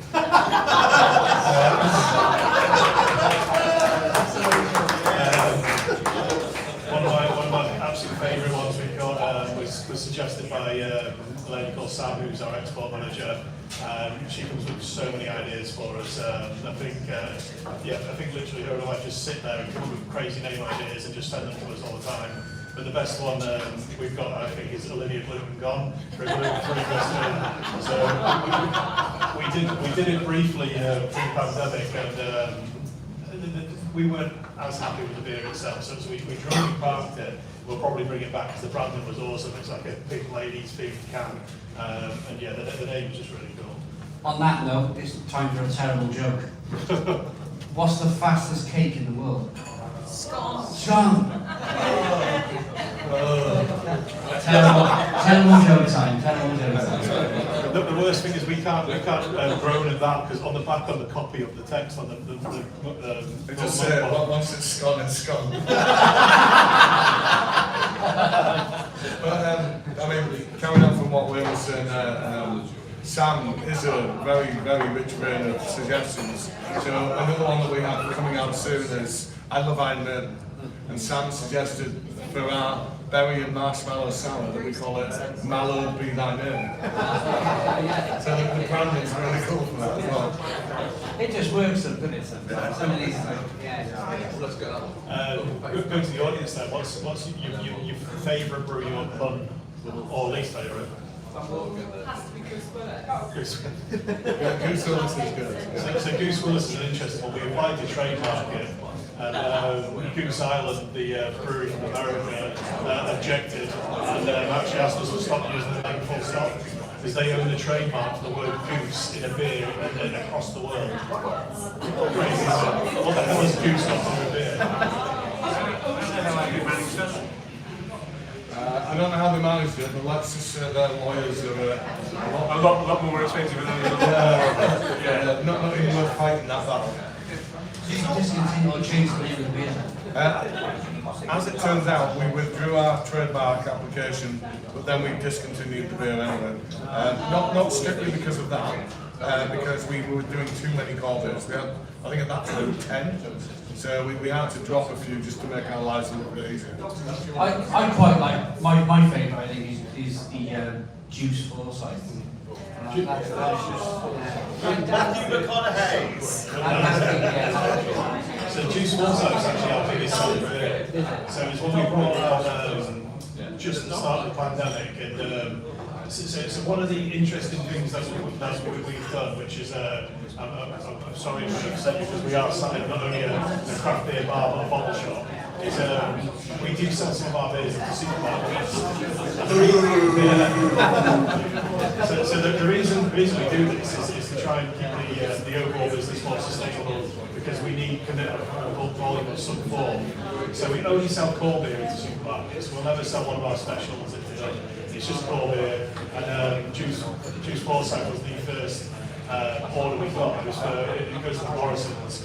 And we actually had that beer, I think we brewed it for the first time 4 years ago, and it was a very different beer. It was actually a New England IPA, and which means it was this style of beer, hazy, easy drinking. But we decided it just wasn't juicy enough. So when we spoke to Morrison's about doing a beer for them, we wanted to do an actual real juicy tropical fruit beer. So Juice Foresight's a 5% IPA. Filled with mango, passion fruit, and pineapple. So really juicy, really I don't know, refreshing. And the way I probably describe it is, given the locality, you're probably familiar with a beer from a brewery in Wales called Club Tropica. It's a better version of that. We use a lot of fruit in it, so I think it makes a big difference to the beer. I think if I was going to pick one there, it would be, I love horror films. So Juice Campbell versus the Army of Darkness. That was a really good. What's the Freddy Krueger one you had on Instagram the other day? That's what we drank yesterday. Yeah, so for our birthday last year, our 5th birthday, we did 5 different beers. Each of them at a sessionable 10, 11, 12, 13 and 14%. It was 11, 12, 13, 14 and 15%. And we put each of those into barrel. And then the first that we've taken out of barrel to release was barrel-aged Dream Child. Oh.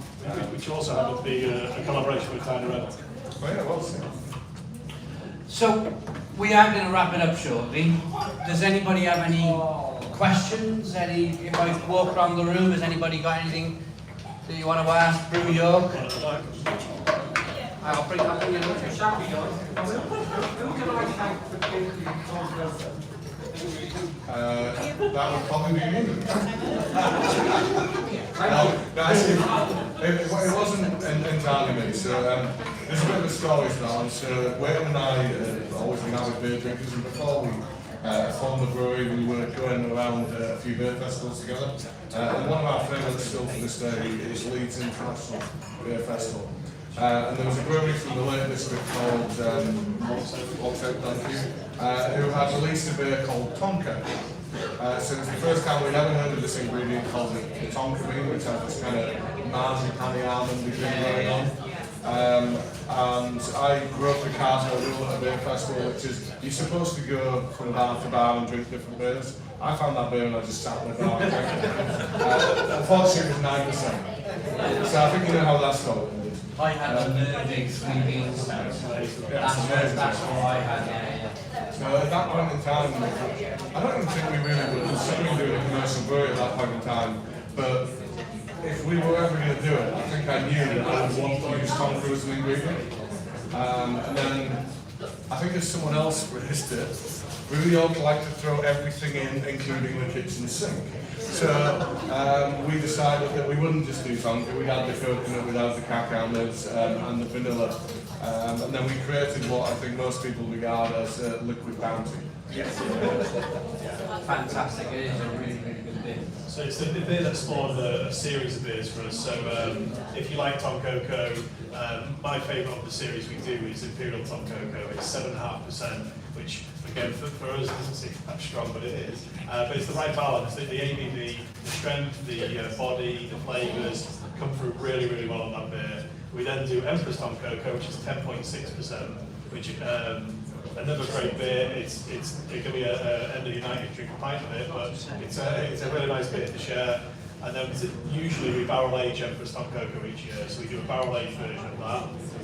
And then we've done a few spin-offs since then. So one of the beers that we drank last night was salted caramel Top Coco. So that one was 12%. Easy drinking 12. Easy drinking 12%. We've done cherry Top Coco, which was cherry Top version. We've done And we're... origami black belt.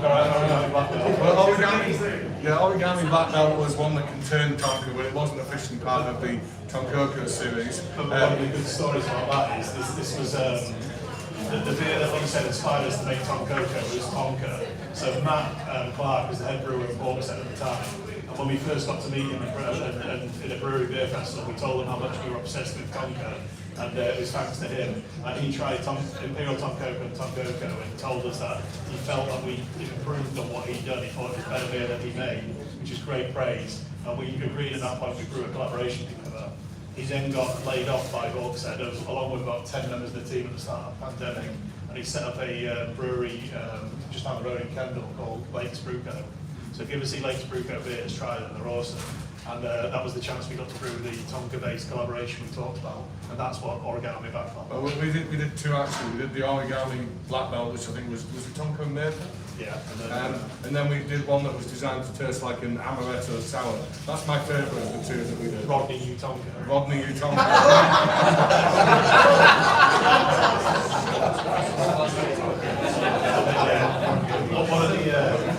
One of the Top Coco variants, which is one of my favourites, is the small Top Coco. So marshmallow Top Coco, and then we did Imperial small Top Coco.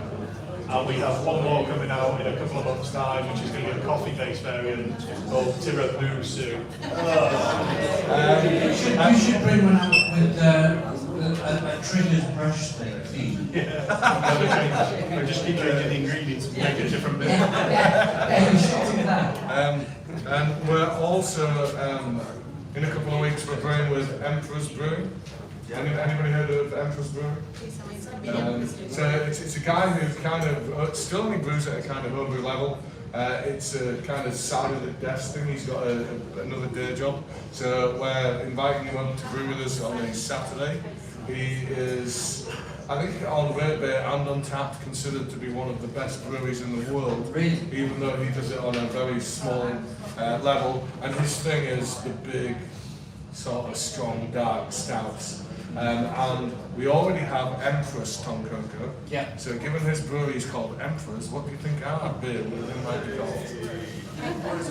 Stormtrooper. Yeah, so we're going to be brewing Empress Top Coco with him. And it is going to be exclusive here, we haven't told anyone this. And I'm going to get told off later.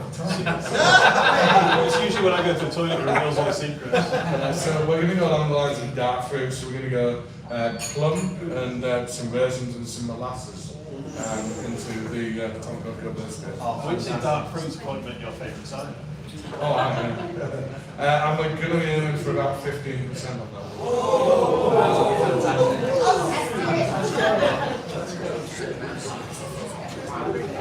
Any more questions? Anybody? Oh, my wife, come on. Come and say hello. How long are the beers going to be featured here? How long are the beers going to be featured? Until you drink them all. And then you'll have to put your requests in with the bar team of what repeat orders you like or new beers recommended. Always the same. I'm going to pull Tim up now for a moment, if I could.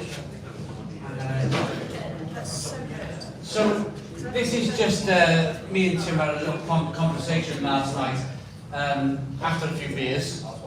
Well, we want to, with this fantastic bar here, and with the YouTube channel that's based in Barry, we do 500,000 views a month. We want to try and make Barry a beer destination.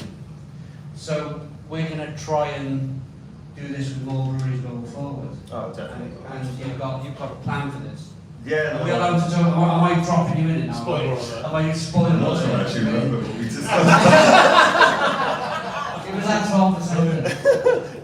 No, I mean obviously it's like a conversation with friends, and it's bringing different perspectives from like the brew perspective and us in the hospitality, and actually being a bar and the challenges we face. And I think it was quite a frank and real conversation yesterday, and actually it didn't feel like we were just on YouTube. In fact, to be honest, we forgot we were there at one point. We did, yeah. We overheat the camera, didn't we? No, yeah, and I think it was the ability for us to just be frank and open about it, and I think it's very easy for everybody to talk about everything's great. The hospitality industry, yes, we're doing good as a bar, but we are all struggling, and I think actually the more we all talk about it, the better it is, and that's not just from a business point of view when we're juggling with staff and massively rising overheads, as you guys say, and we're facing the same thing. But it's also like Bringing breweries. Yeah, Bringing breweries in and did you all like it? Have you all enjoyed it this evening? Yeah. And well,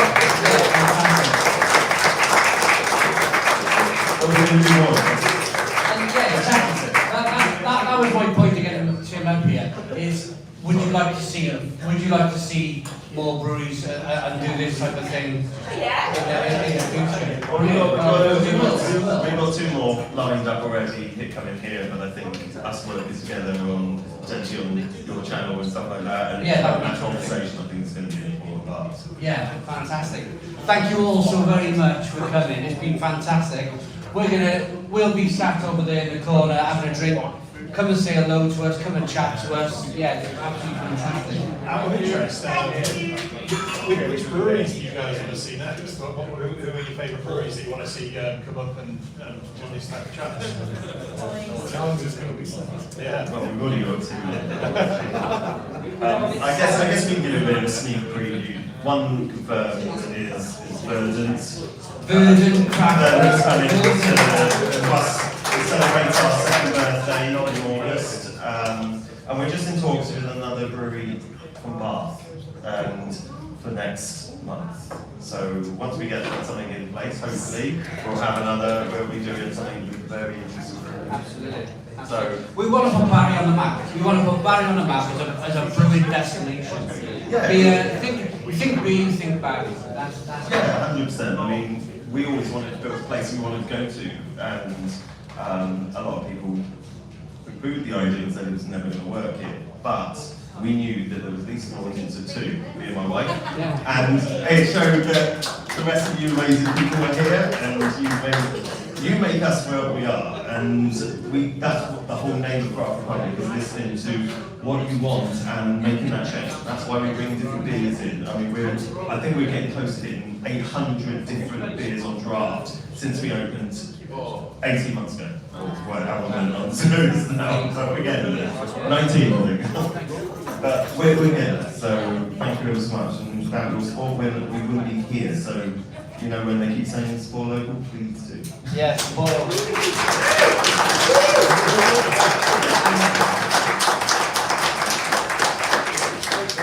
And a final, I'll hand my microphone over now, a final word from you guys. Did you enjoy it? They're awesome. They are awesome. No, there's a huge thank you for having us. It's great for us to get a little pedestal so we can bore you guys with talking about ourselves, but it's not really about that. It's about just sharing our passion with beer and find like-minded people who want to talk about beer. We love doing it, so we have to come and do these things and drink beer and chat. So thanks for having us.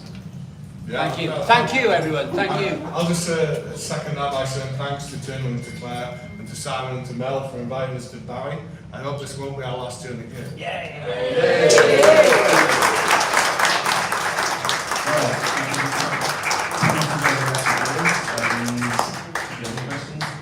Head on over to say hello to you guys. Yeah. Enjoy evening. Thank you.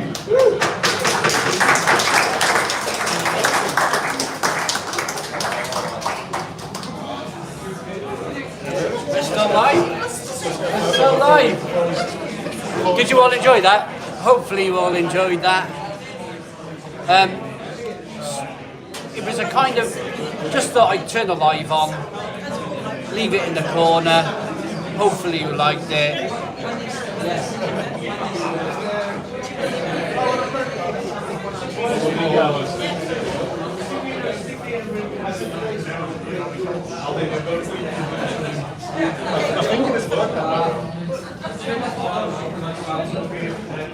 There we go.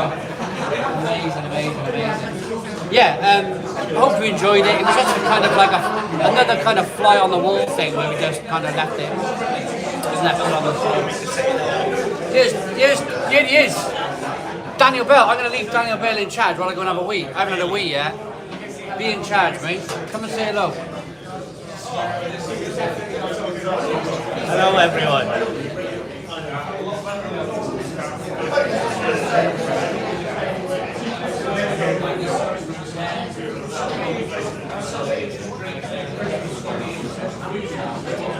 Yes, lads. It's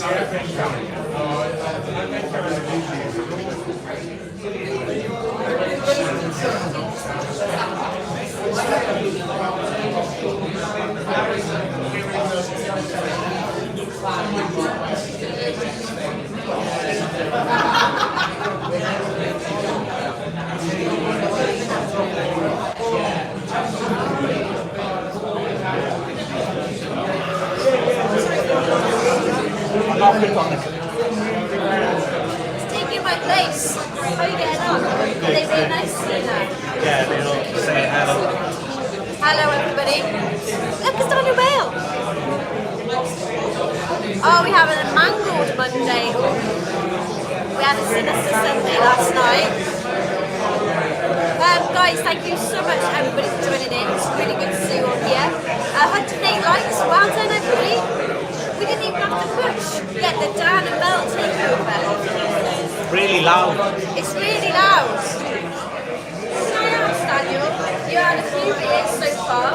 What was your favourite one? The pineapple cube sour. That was nice, actually. I quite enjoyed that.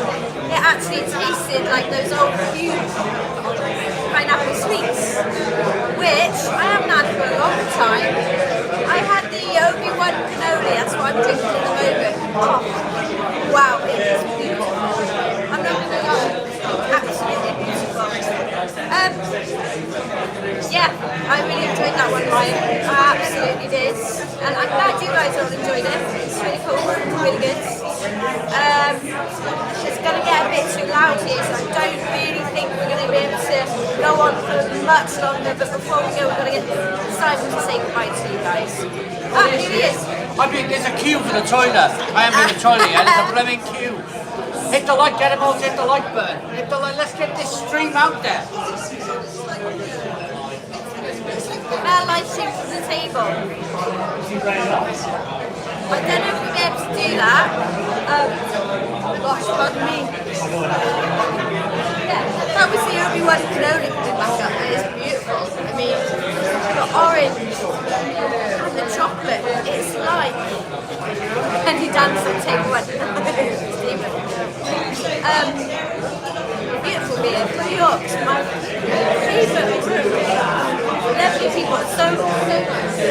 Wayne, Lee, Sally back at home, she hasn't really come down with you guys, but lovely brewery, really kind-hearted, lovely.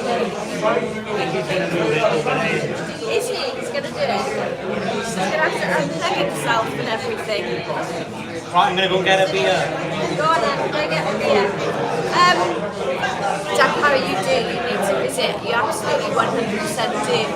Now about the microphone. Perhaps never there. Can you imagine? I'm not sure that would go down very well. I don't know why I didn't bring my beer with me. What was I thinking? Daniel Bell is a man of few words. It's hard sometimes to do this, Big Kev. Simon managed, finally, to organise a piss up in a brewery. I know. But yes, isn't it good to actually meet Daniel yesterday actually, last night here. So it was quite nice after the what's that? What's your favourite genre of music, Mel? I like all music, but I'm a massive Foo Fighters fan. I'll tell you what, I went to see Billie Eilish on the weekend. I took my teenage daughter to see her, and I thought, wow, what a talent. What a talent. I'm gonna go and get him because, like, I'm stood here, yeah. But Maiden, I've got work again tomorrow. I had work today on a horrendous hangover. It was not fun.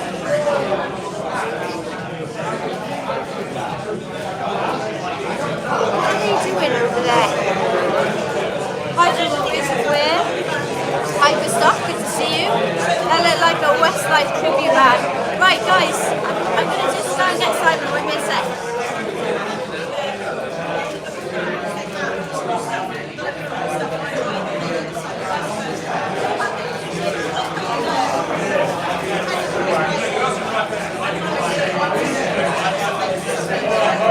I'm going to bring it over. I think. We'll see how it goes. We'll play by ear. I forget I'm live streaming, you know? Forget it's happening. Sorry. Knocking people over.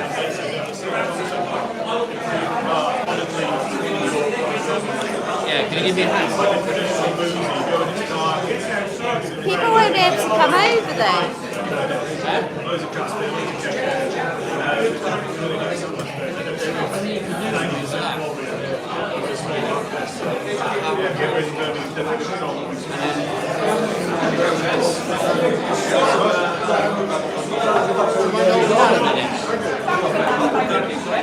Do you mind holding that?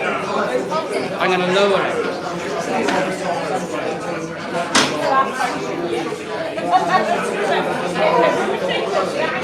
Sorry everyone, making you all feel sick. First time we've done this type of thing. We're all going to have a drink with us, so I'm just going to lower the tripod.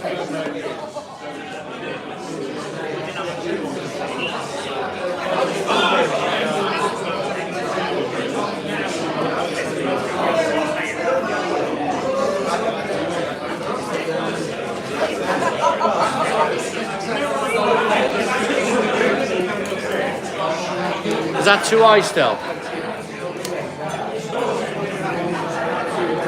It's about perfect. You know I'm going to give you a finger. Yeah. Simon's going to get the finger. Claire is giving it the finger. Where's this going? Right. Lower it down. There you are. You're round the table. You're having a drink with us. Right. Let's get in. That can stay there. So I'm drinking the stout. 7.5% stout.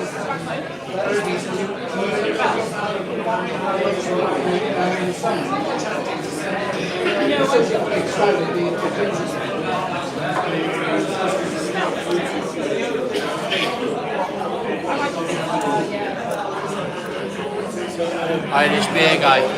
Daniel Bale won't be too hard on himself. So what are you all drinking? Burning beer. How many taps does this place have?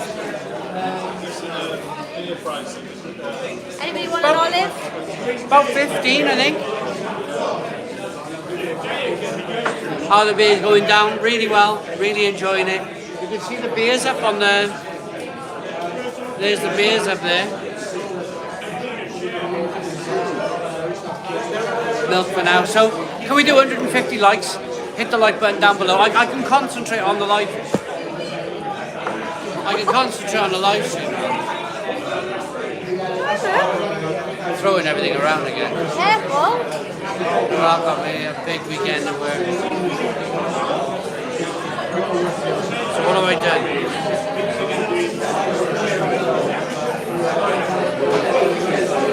Nothing quite works. Oh, look at that. Yeah, that works. Be careful. This is live. So we've got Come on, Mel. 150 people watching. And they're just commenting on it. I just thought like a fly on the wall thing. Just let people have a drink with us and have a chat. Yeah, so 150, if you can hit the like button down below, 150 likes. Is it a good angle though, Alan? Is it a good angle?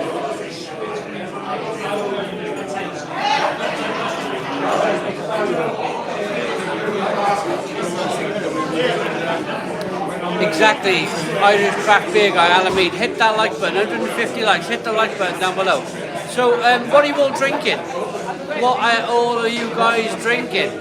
I feel, now you're here with us, because I was meant to turn the live stream back on last night, but I just had too much. I was gone.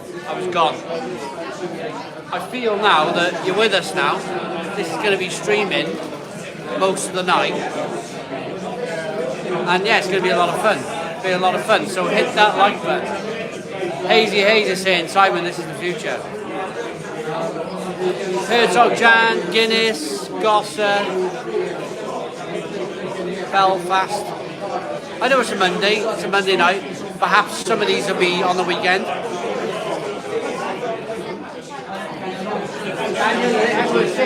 Daniel Bale's on there. There he is, the famous Daniel Bale.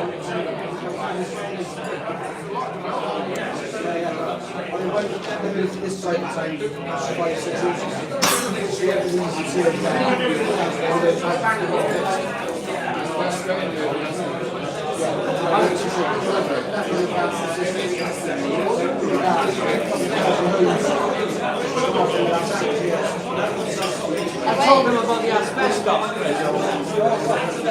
If you want to get asbestos in it, Simon will dump it around there. We were dumping it all, but my grandfather was dumping it all.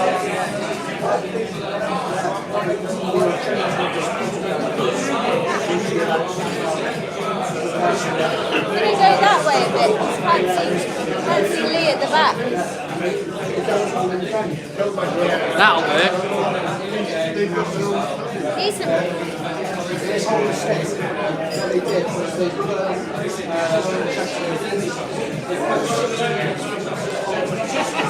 Here we are. But all in, streaming. Sarah, you need a drink.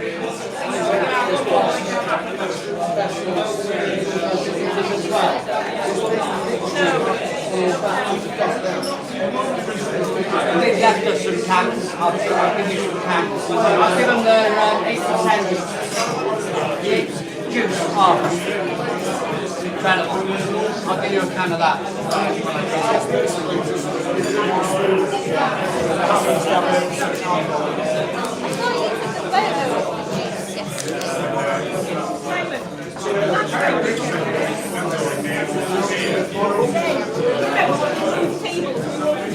We're right, Matt.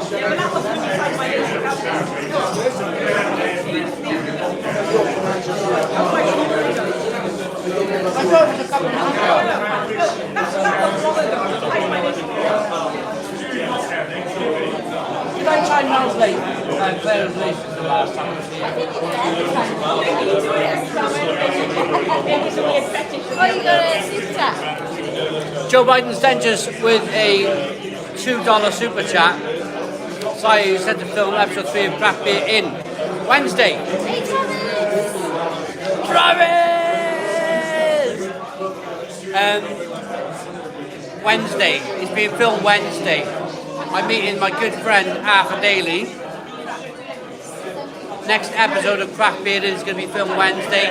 It might be out Thursday or Friday.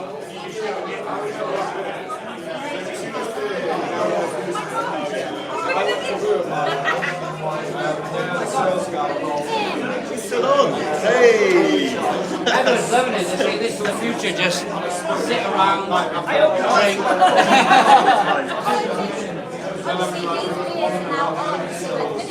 No. So what we'll do, we'll back on our line and we'll basically have a permanent until the end of the summer. Probably about 3 on, and then we'll maintain the rest of the spot.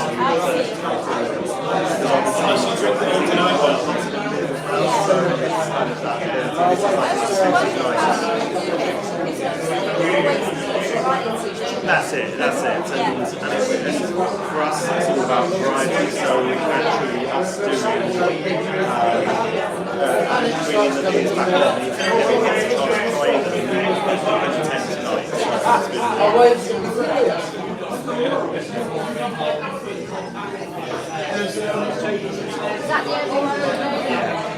that is absolutely fantastic. Yeah, you need to try this. It's absolutely amazing. I know. I need to figure out what happens. Last start reckoning. I've had that, Coke cubes. Yeah, I think I'm. No, sorry, pineapple cubes. That's what I meant. Is it back to front? Yeah, it is. Is it what?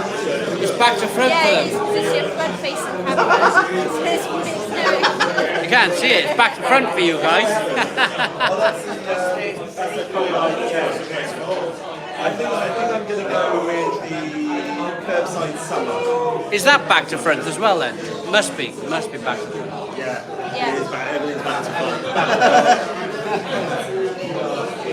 182 people still watching. Can you hit the like button? It's good. It's great. I'm gonna go for that toilet though. I reckon the queue's gone now. If you're lucky. Really, you're leaving us to chat now. This is Hey, hi. So this is our manager. He's the guy that makes shit happen here. So makes things happen. He looks after the bar when Claire and I are busy doing other stuff. Whether it's the spirits company, whether it's the venue, whether it's the other stuff that we're doing. He's there doing this and making sure that he does. Yeah, come and see us anytime. You'd be very welcome. Can I have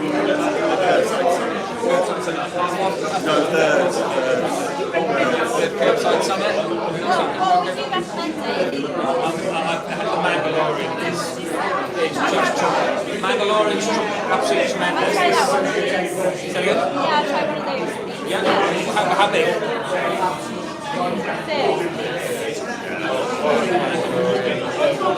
So I work my way through all of these nights to make sure that I actually remember it tomorrow. Thank you so much. Yes, please. Thank you. Yeah, go to the Mangalori. I mean, if you guys have any questions, send them this way and I'll try and answer them. Also, if there's any questions. Fresh Tuesday morning melt, 6 AM, just got to work. Oh, Travis, 6 o'clock. Oh, Travis! Thank you for joining us, mate. It's a cheeseburger. I had a burger earlier. I needed it after last night. You guys had Burger King, didn't you? Yeah. Nice. There are other burger chains available. Yeah, there are. Thank you. Thank you very much. So this is the Karuku, which is the cold IPA that they were trying to chat about. What are you saying about that one? Yeah, we're seeing a massive change in that we've had probably about 3 or 4 of them now in the bar because it's just started to really come into play in terms of beer style. We're starting to see Okay. and so far it's been really well received. It really has. Yeah. That being said, all of those, that's the favourite one. So the fruit flavours, I'm getting a real fruit aroma here, but it's super clean as well from the smell. Yeah, so that straight away.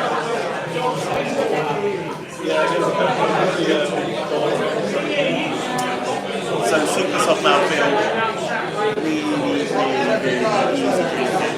The bitterness is actually very subtle, but that slight sweetness really rounds it off. It's absolutely yeah, oh definitely. Simon's back. Guys, can I just ask, how is the sound? How can you hear us okay? 'Cause it's quite loud here. Yeah, I so think they can.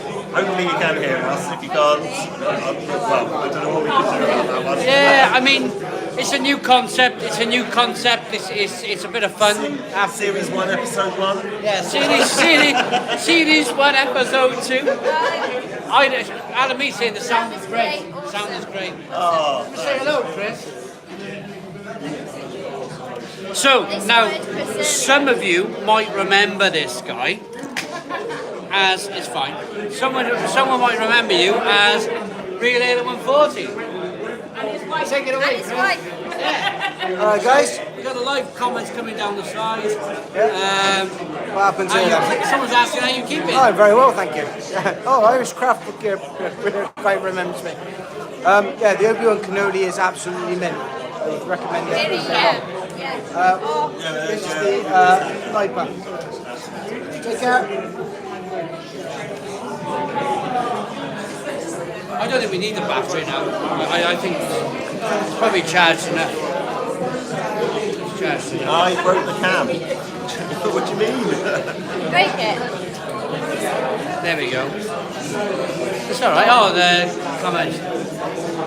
I lost the Brew Obi-Wan Kenobi. It's talking about. Chris, they remember you from the Samuel Smith's reviews. That was years ago. Years ago. People still remember. He's making a comeback. Chris is making a comeback. Come and have a chat. Why not get a proper pie? But no, thirds of the way forward we get to try lots of different things with 11 different ones on tap. We need to do it. Otherwise I'll be on the floor. There you are. Oh, yeah, that's some years ago that. I think I did a lot of burps on that review. Mel did a little compilation of them.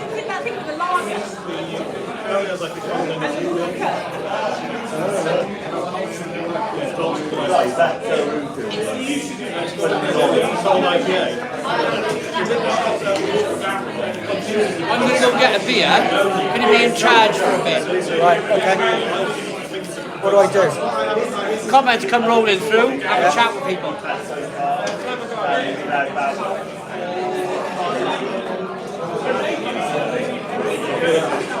This is quite easy. How you doing, Graham? What are you drinking?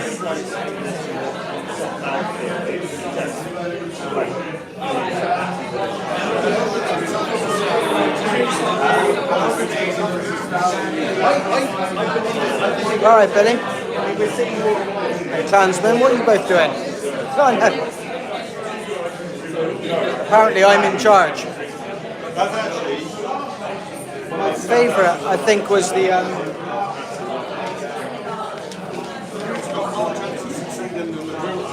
Obi-Wan cannoli, which was the was like an orange panettone thing. What, the cannoli? Yeah, Yeah. absolutely smash. Yeah. It's like the chocolate orange. Definitely like a chocolate orange. It's not my responsibility. Yeah, absolutely lovely. It's like having a pudding. It's all kinds of bits of Do food. we do food? No, but you can actually bring any food you want into our bar. On site there's 6 different street food vendors. We've got Indian, Malaysian. yeah, Mexican, Greek, Italian, and basically you can order Uber Eats here, we don't care. Come and enjoy our drinks. We specialise in doing good drinks, we want people to bring food.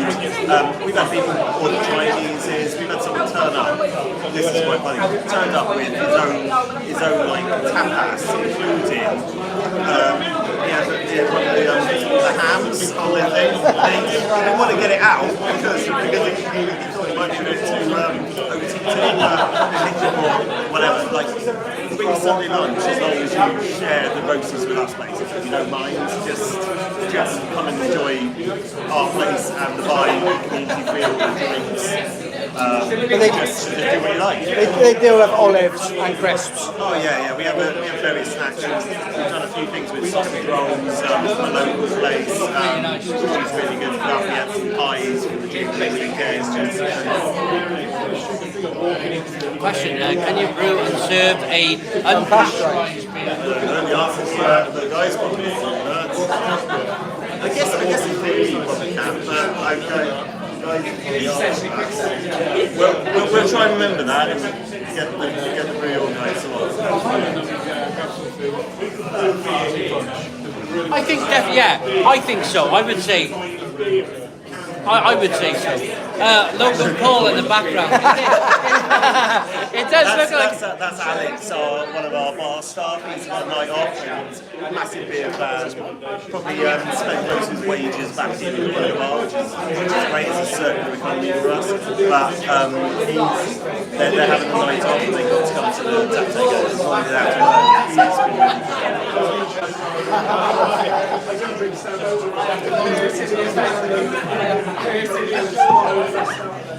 Hi, Logan Paul.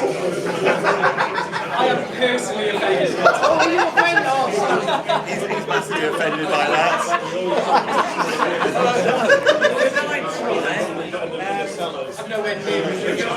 This is fun. I like it, this. It's enjoyable, isn't it? Just go live and let people talk. I like to ask people what they're drinking. Where are you from? What are you drinking? It's a fabulous bar. You should come and visit. It is a good bar. No, literally we built a bar that me and my wife wanted to go to. That was the whole concept. And we're unpretentious. We don't talk to anybody about beer jar unless they want to. It's just about enjoying amazing quality drinks. And that's why we don't compromise on what we sell here. You've got funny licensing rules there, haven't you? Finland drinking coffee. I knew you'd be a natural at this. I knew it. You're doing really well. We don't have enough bars like this in Ireland. Well, I mean, I guess it's a big risk for people to do this. I don't get me wrong. Like we never did this to make million things literally. As long as it makes ish and it keeps our Darcy dog in kibble, that's all we ever wanted to do. It's always meant to be something that we loved and we wanted to enjoy.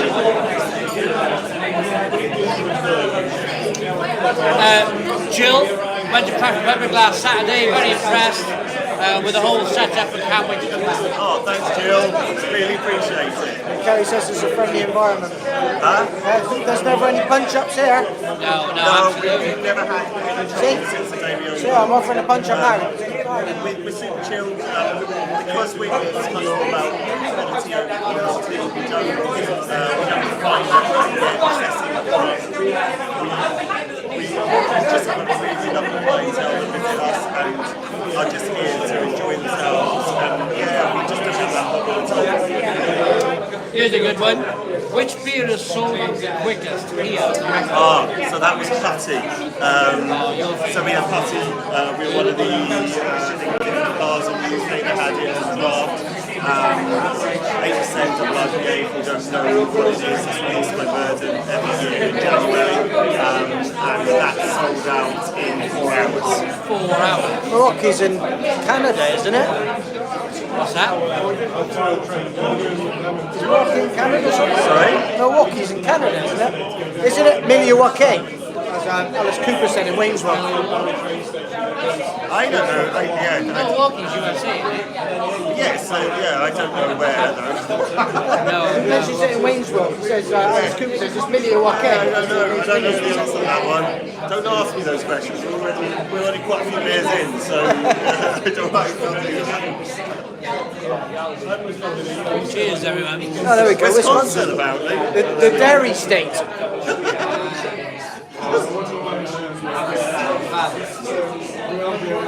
Does anyone have any other questions about running a bar, about craft running, about anything to do with the brewery industry? Because we didn't know anything about it when we started. We just did it. Pumpkin ale. Around Halloween. Pumpkin ale there for you? Pumpkin ale. Yeah, I mean, we might have had one on the You did have one.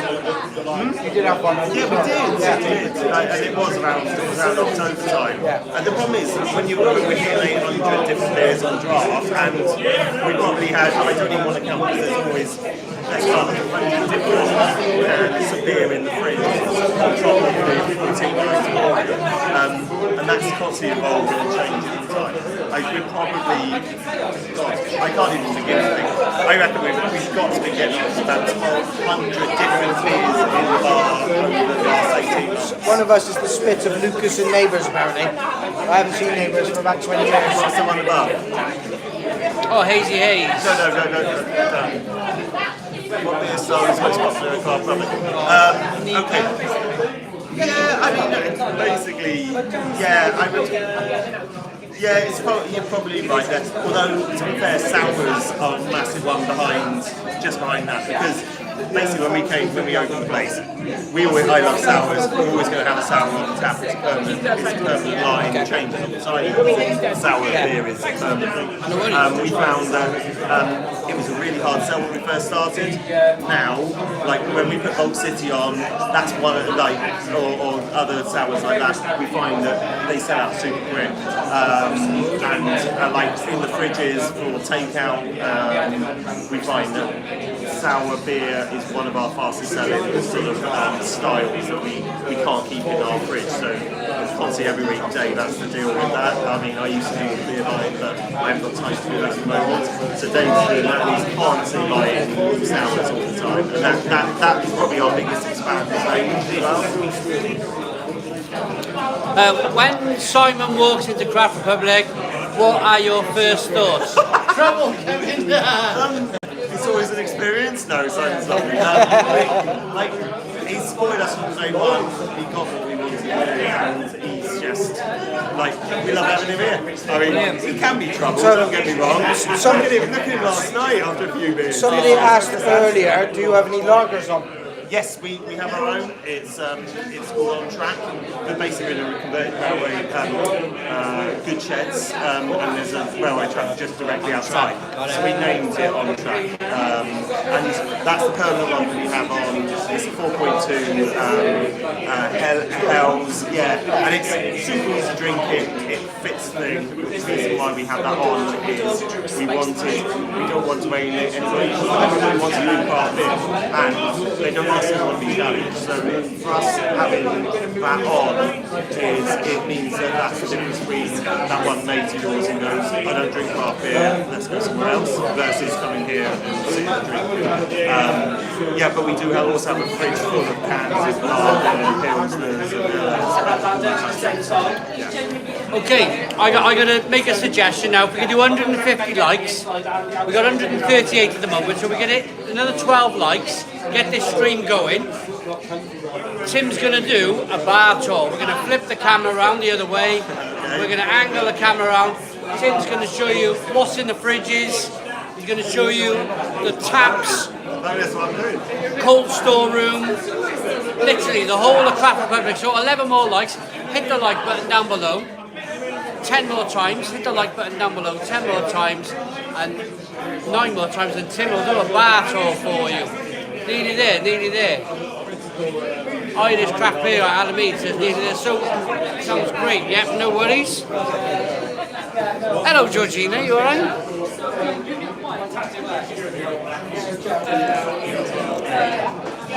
3 more likes. 3 more likes. Come on, 3 more likes.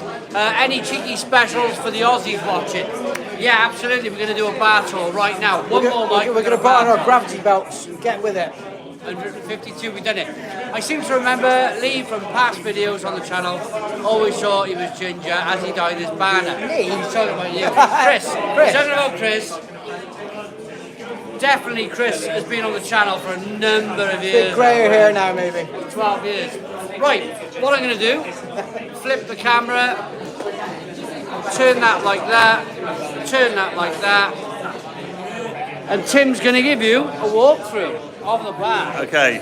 Hi guys. So as you can see, this is our space. So we've got our Untapped menu not only there, but also projected on the wall at the other end. Fully fully stocked back bar, all from independent spirits. This is our pride of place. I converted an old piano that was literally about to go to scrap into our spirits sort of bar to show off what we do. So, I'm going to walk you down through the location. This is Tom. You met him in the original video, one of our amazing bar staff. My lovely wife. She's working tonight, so I'm not. So that gives us a chance. So obviously, normally this would be open, but we've got our little goodie bags ready for everybody when they leave tonight as part of it. But normally this is our main bottle shop. So obviously all of our spirits here. Our wines, we've got about 50 different wines in fridges and on thing. We've got all different styles. And then these are our fridges full of beer and ciders. Well, I can go and get Darcy Dog. I can do that in a second because you guys haven't met my beautiful little black lab Darcy. So these are our fridges, and they change all the time. So we really care about how we look after our beer, and that's why we keep all our beer in the fridges. As soon as it arrives from the brewery, we stick it straight in. So as we said about the sours, we've got our sours here and down to the bottom. So we even got Holy Goats. We've got some local stuff from Grey Trees right way through to Garage. We've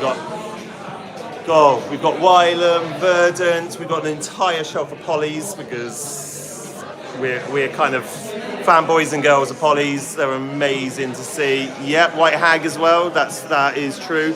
Got Tembe, Son of a Beach, and Mango, another local brewery which are doing really amazing things. Section of Dea. Oh, yes, I have, and we love it. It's hard with some of the international beers in terms of pricing and stuff. It's hard to get them into the bar. We've also got, obviously, there's our lager section there. We've also got, obviously, our more traditional stouts, and then porters, etc. Obviously, we've even got low and no alcohol, and here's our gluten-free. So we've even catered for gluten-free, and then we've obviously got all our ciders. Well, you have to come down and see us. So obviously there's all our fridges of all our wines. Basically, we handpick everything. If we wouldn't drink it personally, we don't sell it. So there's our English and Welsh wines here as well. We've got Australian, we've got even a 0.0 sparkling Chardonnay, and that's really popular for pregnant women. Right in Stag. Sell a lot of that. And then we've even got down to sort of our rosés and stuff. I know this is craft beer channel, but I thought I might show you that. And obviously, so one thing you haven't seen probably is our beer garden. So, because it's a private event, we're not open outside tonight, it's just inside. So I'll take you through to our cellar.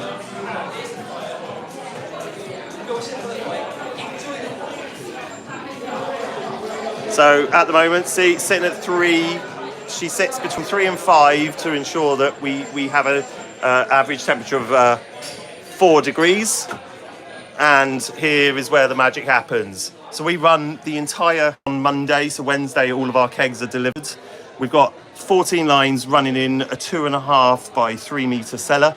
And then see all of our beers, wines are also stored in here, so nothing is left outside and stays warm, because obviously it has a big impact on the quality, and with beer, hop profile, even with wine.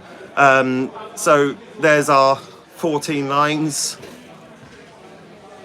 And then we've got 2 banks of cleaning heads as well. So we can clean all our lines very easy. They're so short, it's a quarter of a pint wastage.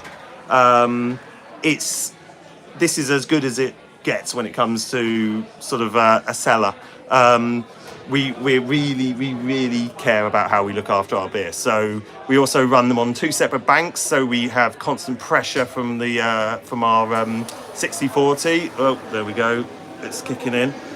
because I've got the door open. So yeah, it's as fresh as it is. You're right. Always solid, yep. Always fresh. So that's our cellar. I mean, obviously, if you have any questions about direct draw, I'm happy to kind of answer those. And what we do, we project all of our beers onto the wall using Untapped.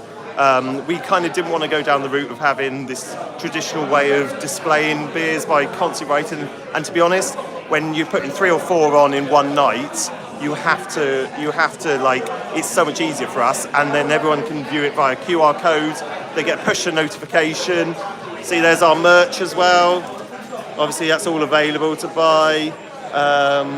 This is quite interesting. This is our original sign. So when we did our pop-ups, basically it was we did it at a local venue that allowed us to kind of test the market, and my wife painted this, and then all the people that visited the very first 2 events we did signed it for us. It was a tiny venue. I think we had about 10 to 12 people capacity, and it was good. I mean, this is how crazy it is. So we've got so many beers, so little time. It's like it was our little mantra. And then all of our toilets have a different theme. So we've got lemurs in here. And then we've also got parrots in there. And then in our everybody toilet, this is our wall, just displaying some of the beer pumps clips that we've had on, as well as pictures. Actually, this is quite interesting. So you'll see if the light's on it. Let's see if I can cover that a little bit. That's this space before we took it on. This is the building that we're currently in before it's converted, and this is what it was like. So where we are currently, there was a training when we first came to see it, and there we were fitting the place out at the time. There's a few more photos around the bar, but as you can see, it's just insane. And then we have flamingos in this toilet. So yeah, so this is our space, and we just love what we do here. But what I'm going to hopefully do is see if I can find Darcy. Darcy, come and say hello.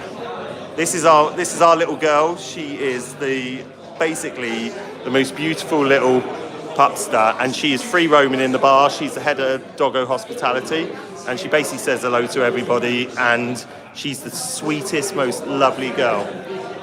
Right, basically, I'm going to take you back to Simon. I'm going to hand you back. I hope you enjoyed the tour, and obviously if you want more stuff, if you've got any questions, you're more than welcome to ask. So, here we go. I've taken you on tour, so I'm going to hand back. We got more. Look at that. That's fine. Oh yeah, I better turn it around, hadn't I? Yeah. So fabulous, absolutely fabulous. You enjoyed that. Everyone's saying lovely pub. So you guys went around the cellar. You've been around everywhere. That is terrific. That is terrific. Good talk. I'm going to put you back.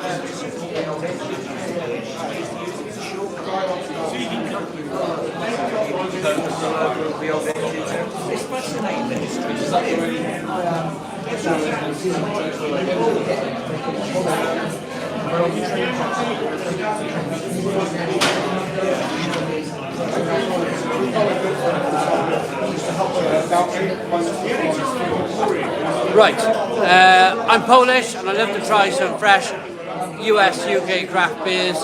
Unfortunately it takes 2 weeks to import it. That's a real shame. Butcher Benyon, thank you very much. Hazy Haze, absolutely great place. Thanks for the tour, Tim. Darren saying, took a photo with someone at Craft Pub the other day. Good tour. Lovely pub. People love it. They love the dog. Yeah, it's great. It really is a great place. I'll have to go up to bed up to the gym at 5:30.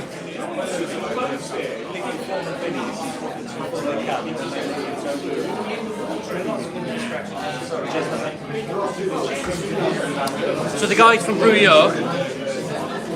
Food update from Brew. They've ordered food from the local Indian takeaway. That's being delivered here. And when it arrives, they're going to take it back to their hotel. And they're going to eat their Indian at the hotel. Because they probably got an early morning. I think they got plans tomorrow. They want to go to Tiny Rebel. They want to go to... They've met... There's a distributor in a place called Cowbridge, and they're going to strike up a distribution deal, I think. Business, of course. Might as well do some business down this way while you're here. And then they're going to go to Tiny Rebel, and then back up to York, I think. It's been a busy few days. It really has. Simon, this will be superb going forward with the other brewers of Craft Republic. Verdant are coming here in August. So to be able to talk to Verdant, have a chat with Verdant, wow, tremendous, isn't it? Absolutely tremendous. It'd be really cool, really cool. Sorry, I'm doing a live feed. All right. So we're going to turn my back on you. That's all right. Turn the camera back. So what happens is loads of comments come through. And it's like a kind of fly on the wall. So good, it's all gone. You're asking what you're drinking, and see what's Daniel Bell's. Daniel Bell's getting a drink. Daniel Bell update, he's getting a drink. Mel's drinking them all under the table, nothing changes. She is. You can see Mel, can't you? So have you had that yet? The Sim City? Number 10. Sim City. That'd be good. Yeah, I'm gonna get that going. Yeah. Hello.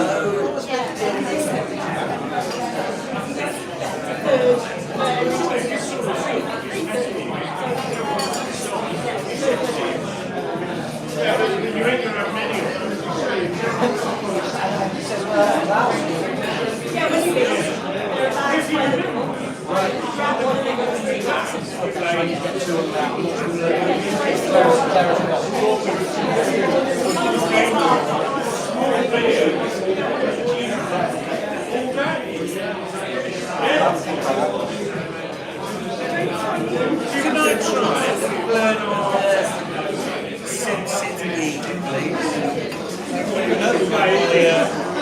Are they ordering the Shani No, best curry house in South Carolina? Butcher Ben and Shani No? I don't know. Chris, what Indian are they ordering from? Karamerchi. New one to me. Butcher Benny from Barry said if they ordered from the Shaki No. Somewhere else. The one on Broad Street, Calamerch. Calamerch. There we go. I'm getting hungry myself.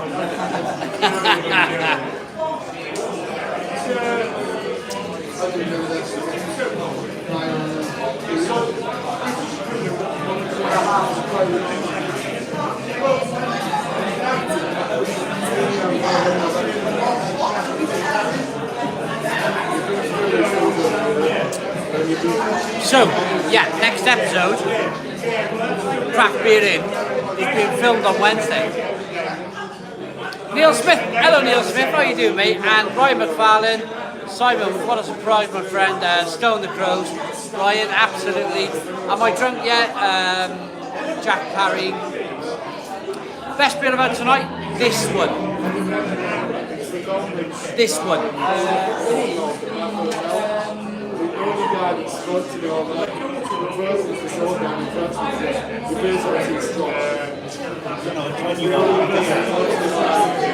Clever Guile. Clever Guile. This is really good beer.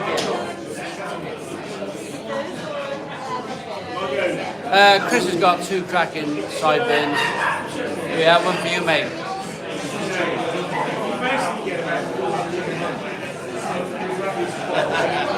Takes years of practice.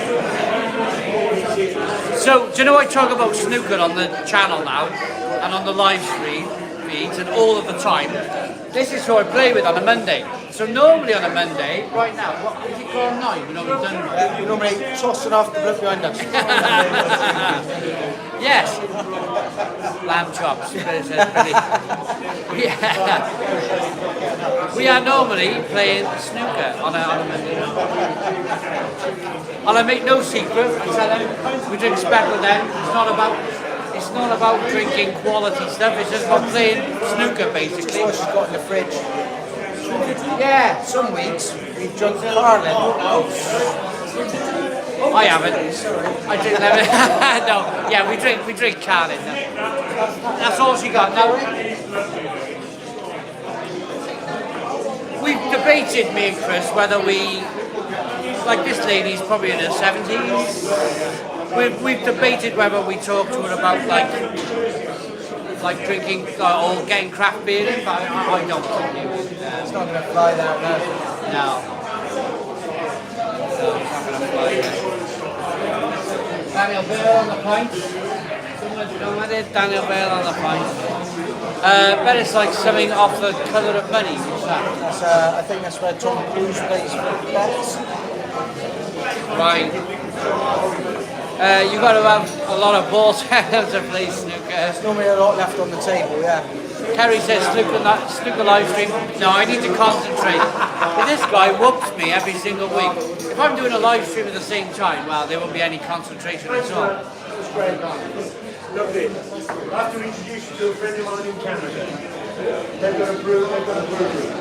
It's called Sober Island Brewery. Do you know what's interesting? If I can bring you in on this. I didn't even realise about the whole it's in Nova Scotia. The inflation, how much the breweries have having to take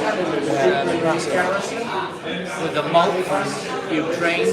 It's not it is a perfect storm, isn't it? It's absolutely perfect storm. Yeah, I think just putting the lights on is enough, you know? Spaffing a few pointers with the boys. Please shout out Wee Marcus, Little Bag, and I reckon Sue wouldn't mind the live stream down the snooker. Sorry? Sue wouldn't mind the live stream down the snooker. Yeah, we could live stream the snooker, could we? I wouldn't do any talking though. It would literally be concentration. Sat up in the corner, concentrating, playing snooker. It wouldn't be like any commentary going on. It'd be like a lot of frustration. Yeah. Lots of. We could do a live stream, but you don't have Wi-Fi. This is. So we've been back to a little bit of normality this year with sort of beer festivals and things. So Chris, with the price of everything going up, you're doing a lot more home brewing? Actually, not because it costs more on hand on top. Right. Yeah, you get your grain, just like small bubbles in, like small batch, nice and flipped to it. You go, oh. Yeah, it's I've got to be honest, take give that bag of grain now, and it's a favourite. Yeah. So it's working out then. And then of course, home brewing, you've got to get it right. It has affected us. It becomes more than playing around with that. Yeah, the cleaning's a pain in the ass. Yeah. Living locally and having this here. Can play super well. We love it. We absolutely love it. Yeah, it's taken us 6 months to be able to make like breaks of 25, you know, so there's no great shakes. Spotting the brown one on the speckle then. Oh yeah. Big Kev. Dirty boy.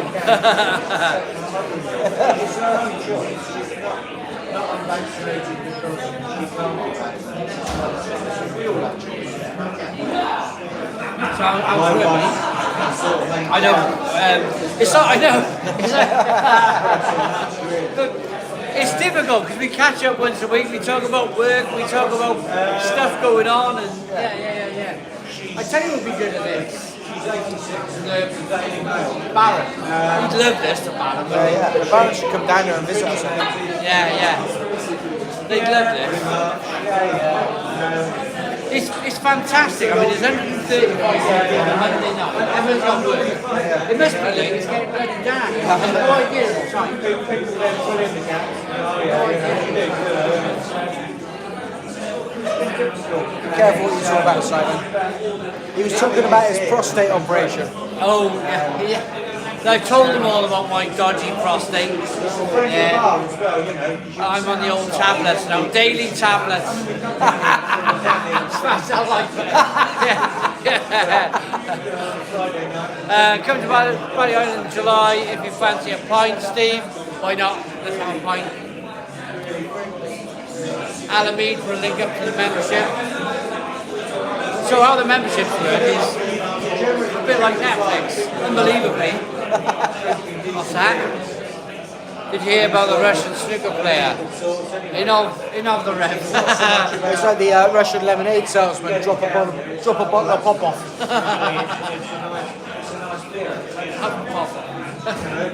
Might be 6 or 8%. I'm going to sip it rather than. I'm going to put my table on for Untitled Chapter. Where's Wayne to? Where's Wayne? Oh,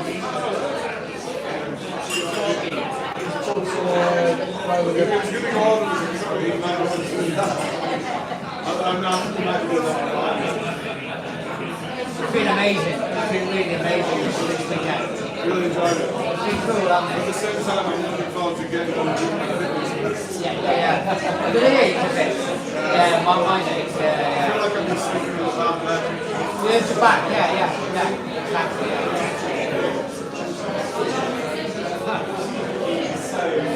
So sorry to empty out a little bit here now. This is a Monday night. Craft Public isn't normally open on a Monday. No, it's not. No. This is a special event. And they filled it. It was amazing. Do you know, I'm going to say, Chris gave me a really good tip. You guys were live with us. Chris said, instead of asking a general question to the crowd, not in a nasty way, but pick on somebody. Ask somebody a direct question. So they have to give you an answer. What I found was I was asking a general question to the crowd and nobody was coming back to me. So Say Spitfire, what do you think we should ask next time round? Yeah. And when is the exactly. When is that? Because you've done this sort of thing before, haven't you? Hey, Sandro. What do you think? Exactly. Ask them direct questions. Yeah. Ask people direct questions. I think it'll work better. Yeah. But that was my. Oh, there we go. Chris, Shannon's early videos on the channel. Oh, we did. Chris, if you have a look at Ask Away, Pepperoni, he's a food reviewer on YouTube. He's great. I love pepperoni. Ask Away, he said. Yeah. Clown's Bucket. Sorry, I'm late. Is that a snooker related thing? Good pairing, you and Chris do some more get-togethers. We always did stuff years ago. Always. And we always found we bounced off each other really well with the beer reviews. Like, a good Imperial Stout would always get us talking for about 10 minutes, wouldn't it? Yeah, funny that, yes. We knew it about 3 months before we started it, but yeah. Oh no, we played till we were done and then we told them when to put off the lights. Yeah. If who likes beer? What would you like to know? I'm open, says Ryan McFarlane. Well, what's your favourite brewery, guy? Right. Yeah. And Kerry says, can you and Chris do some spicy food challenges? Yeah, would you like that? Yeah, you'd like that. Yeah, totally. Simon's tried a few of my chilies over the years. It's enough to make me go pink. Bonkers, absolutely crazy. Yeah. So when you next travelling abroad, I got nothing on at the moment. Nothing on. Why is Spitfire Kevin called Spitfire Kevin? I'm slightly concerned in what the answer might be. Spitfire Callum, his name is, perhaps, I think. Spitfire Callum, like Spitfires, the aeroplanes. Might be just an aeroplane thing. Maybe he fires out of both barrels. Fascinating, that. Really interesting.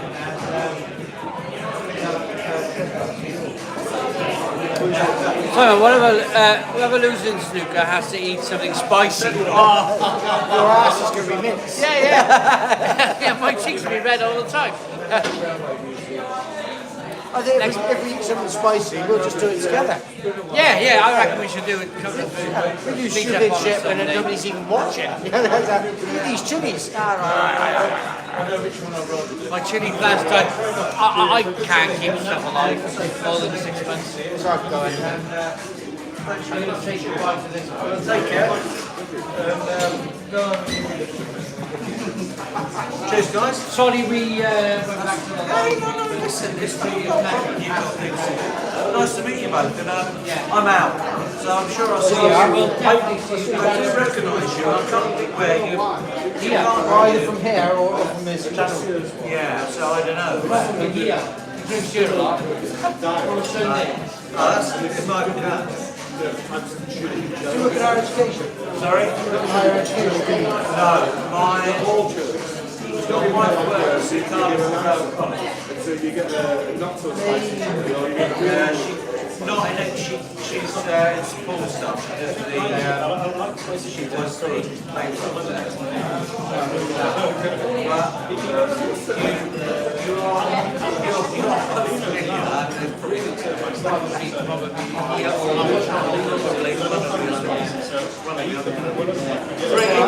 Nice to meet you. See you again.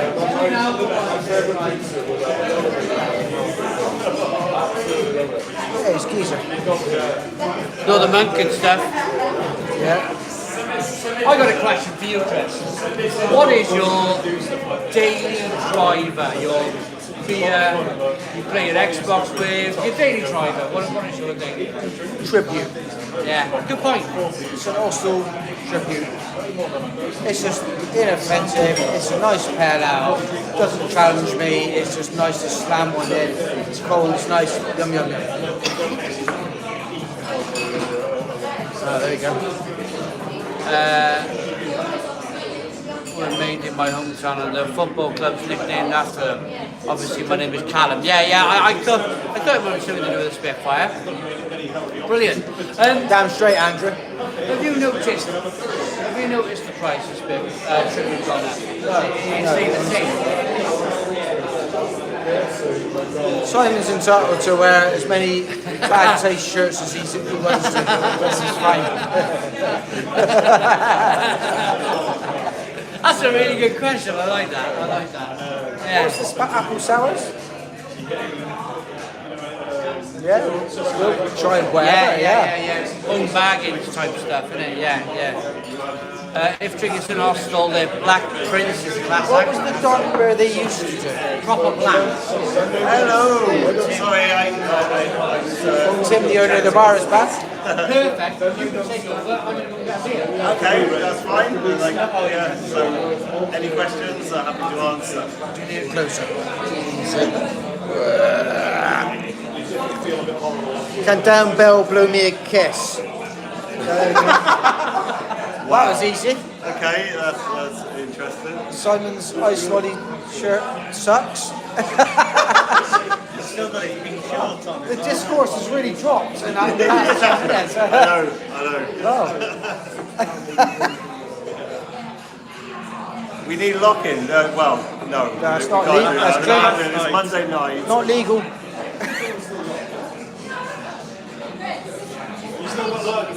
I don't know, to be honest. I mean, he's still talking coherently. Well, he was last time I saw him. I don't know when he still is. But if he is, then yeah, he's okay. I mean, he's probably better than he was last night, to be fair, but, you know.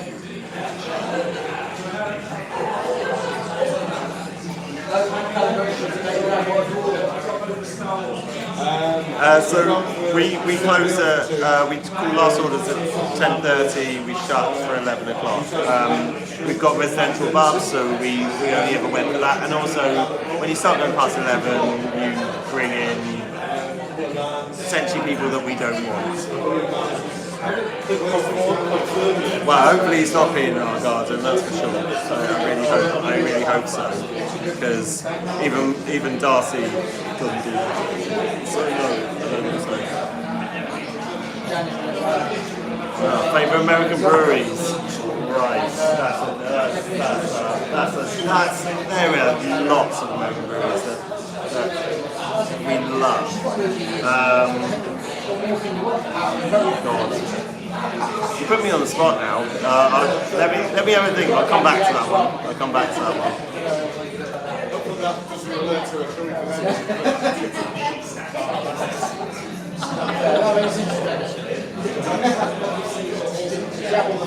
What do you want? There's comments. Yeah, what do you want? Your lager. I love it. He's on our on track, which is his favourite lager. So thanks, man. Do you know what? When I was in corporate life, I had to have short back and sides. In now, I can do what I like. So it's been good. They've asked if you do any bitter. Do we have bitters? Yeah, we do. We try and have a trad line on, and we also have obviously bitters and more trad stuff in the fridges as well. Make Halloween beer. If we can find a brewery that's willing to do a collab with us, then yeah, why not? Maybe that's what we'll do with Brew York. So I've seen you in the request. Are you going to follow that request? What license inside the beer? Yeah, so we have a whole selection of gluten-free beers. Occasionally we have them on tap as well, because at the end of the day we want to make sure that everybody can enjoy beers here. I mean, we actually had a non-alcoholic gluten-free beer for one of our regulars.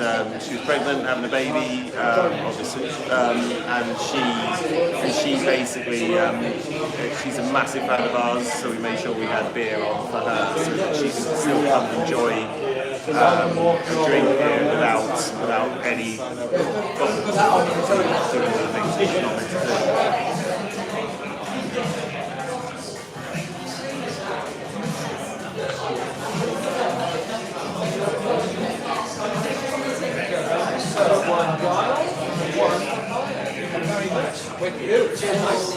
I'm seriously enjoying this cold IPA at the moment. To be fair, this is one of my standouts for the night. It's absolutely delicious. I mean, honestly, if you get a chance to try one, do it. If you get a chance to have Brew Yorks, like seriously, buy it.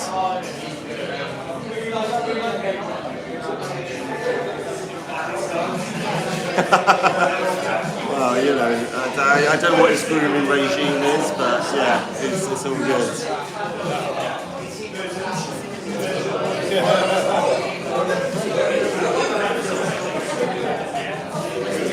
I don't know what he's doing, to be honest.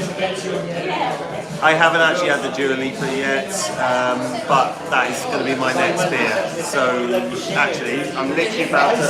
So that's something we didn't show. The way we run in this bar is we have these on the table. So basically, when I press the button, our team get a buzz on their watches. They know exactly which table needs a beer. So you haven't got to go to the bar to do that because it doesn't work for us in here. We have obviously had to do it through COVID.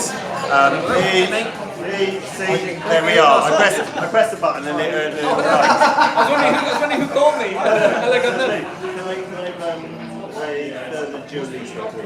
So I'll be trying that now and I'll be able to tell you what I think of it. But yeah, so these buttons literally are how we run the bar. So all of our team wear these watches. They literally can then contact us whenever. It's really cool. Yeah, it's a really cool thing. And the barcode scanner thing as well, from the menu. Yeah. It's just such a cool because thing. obviously I showed you it was on the screen up there and obviously there, but when you're in the beer garden you can't see it, so we've got the QR codes on the sheets, scan it, brings up our beer menu live so you can chat, so you can see what beers we're selling and you can then make that decision. Do you have to update that manually every day?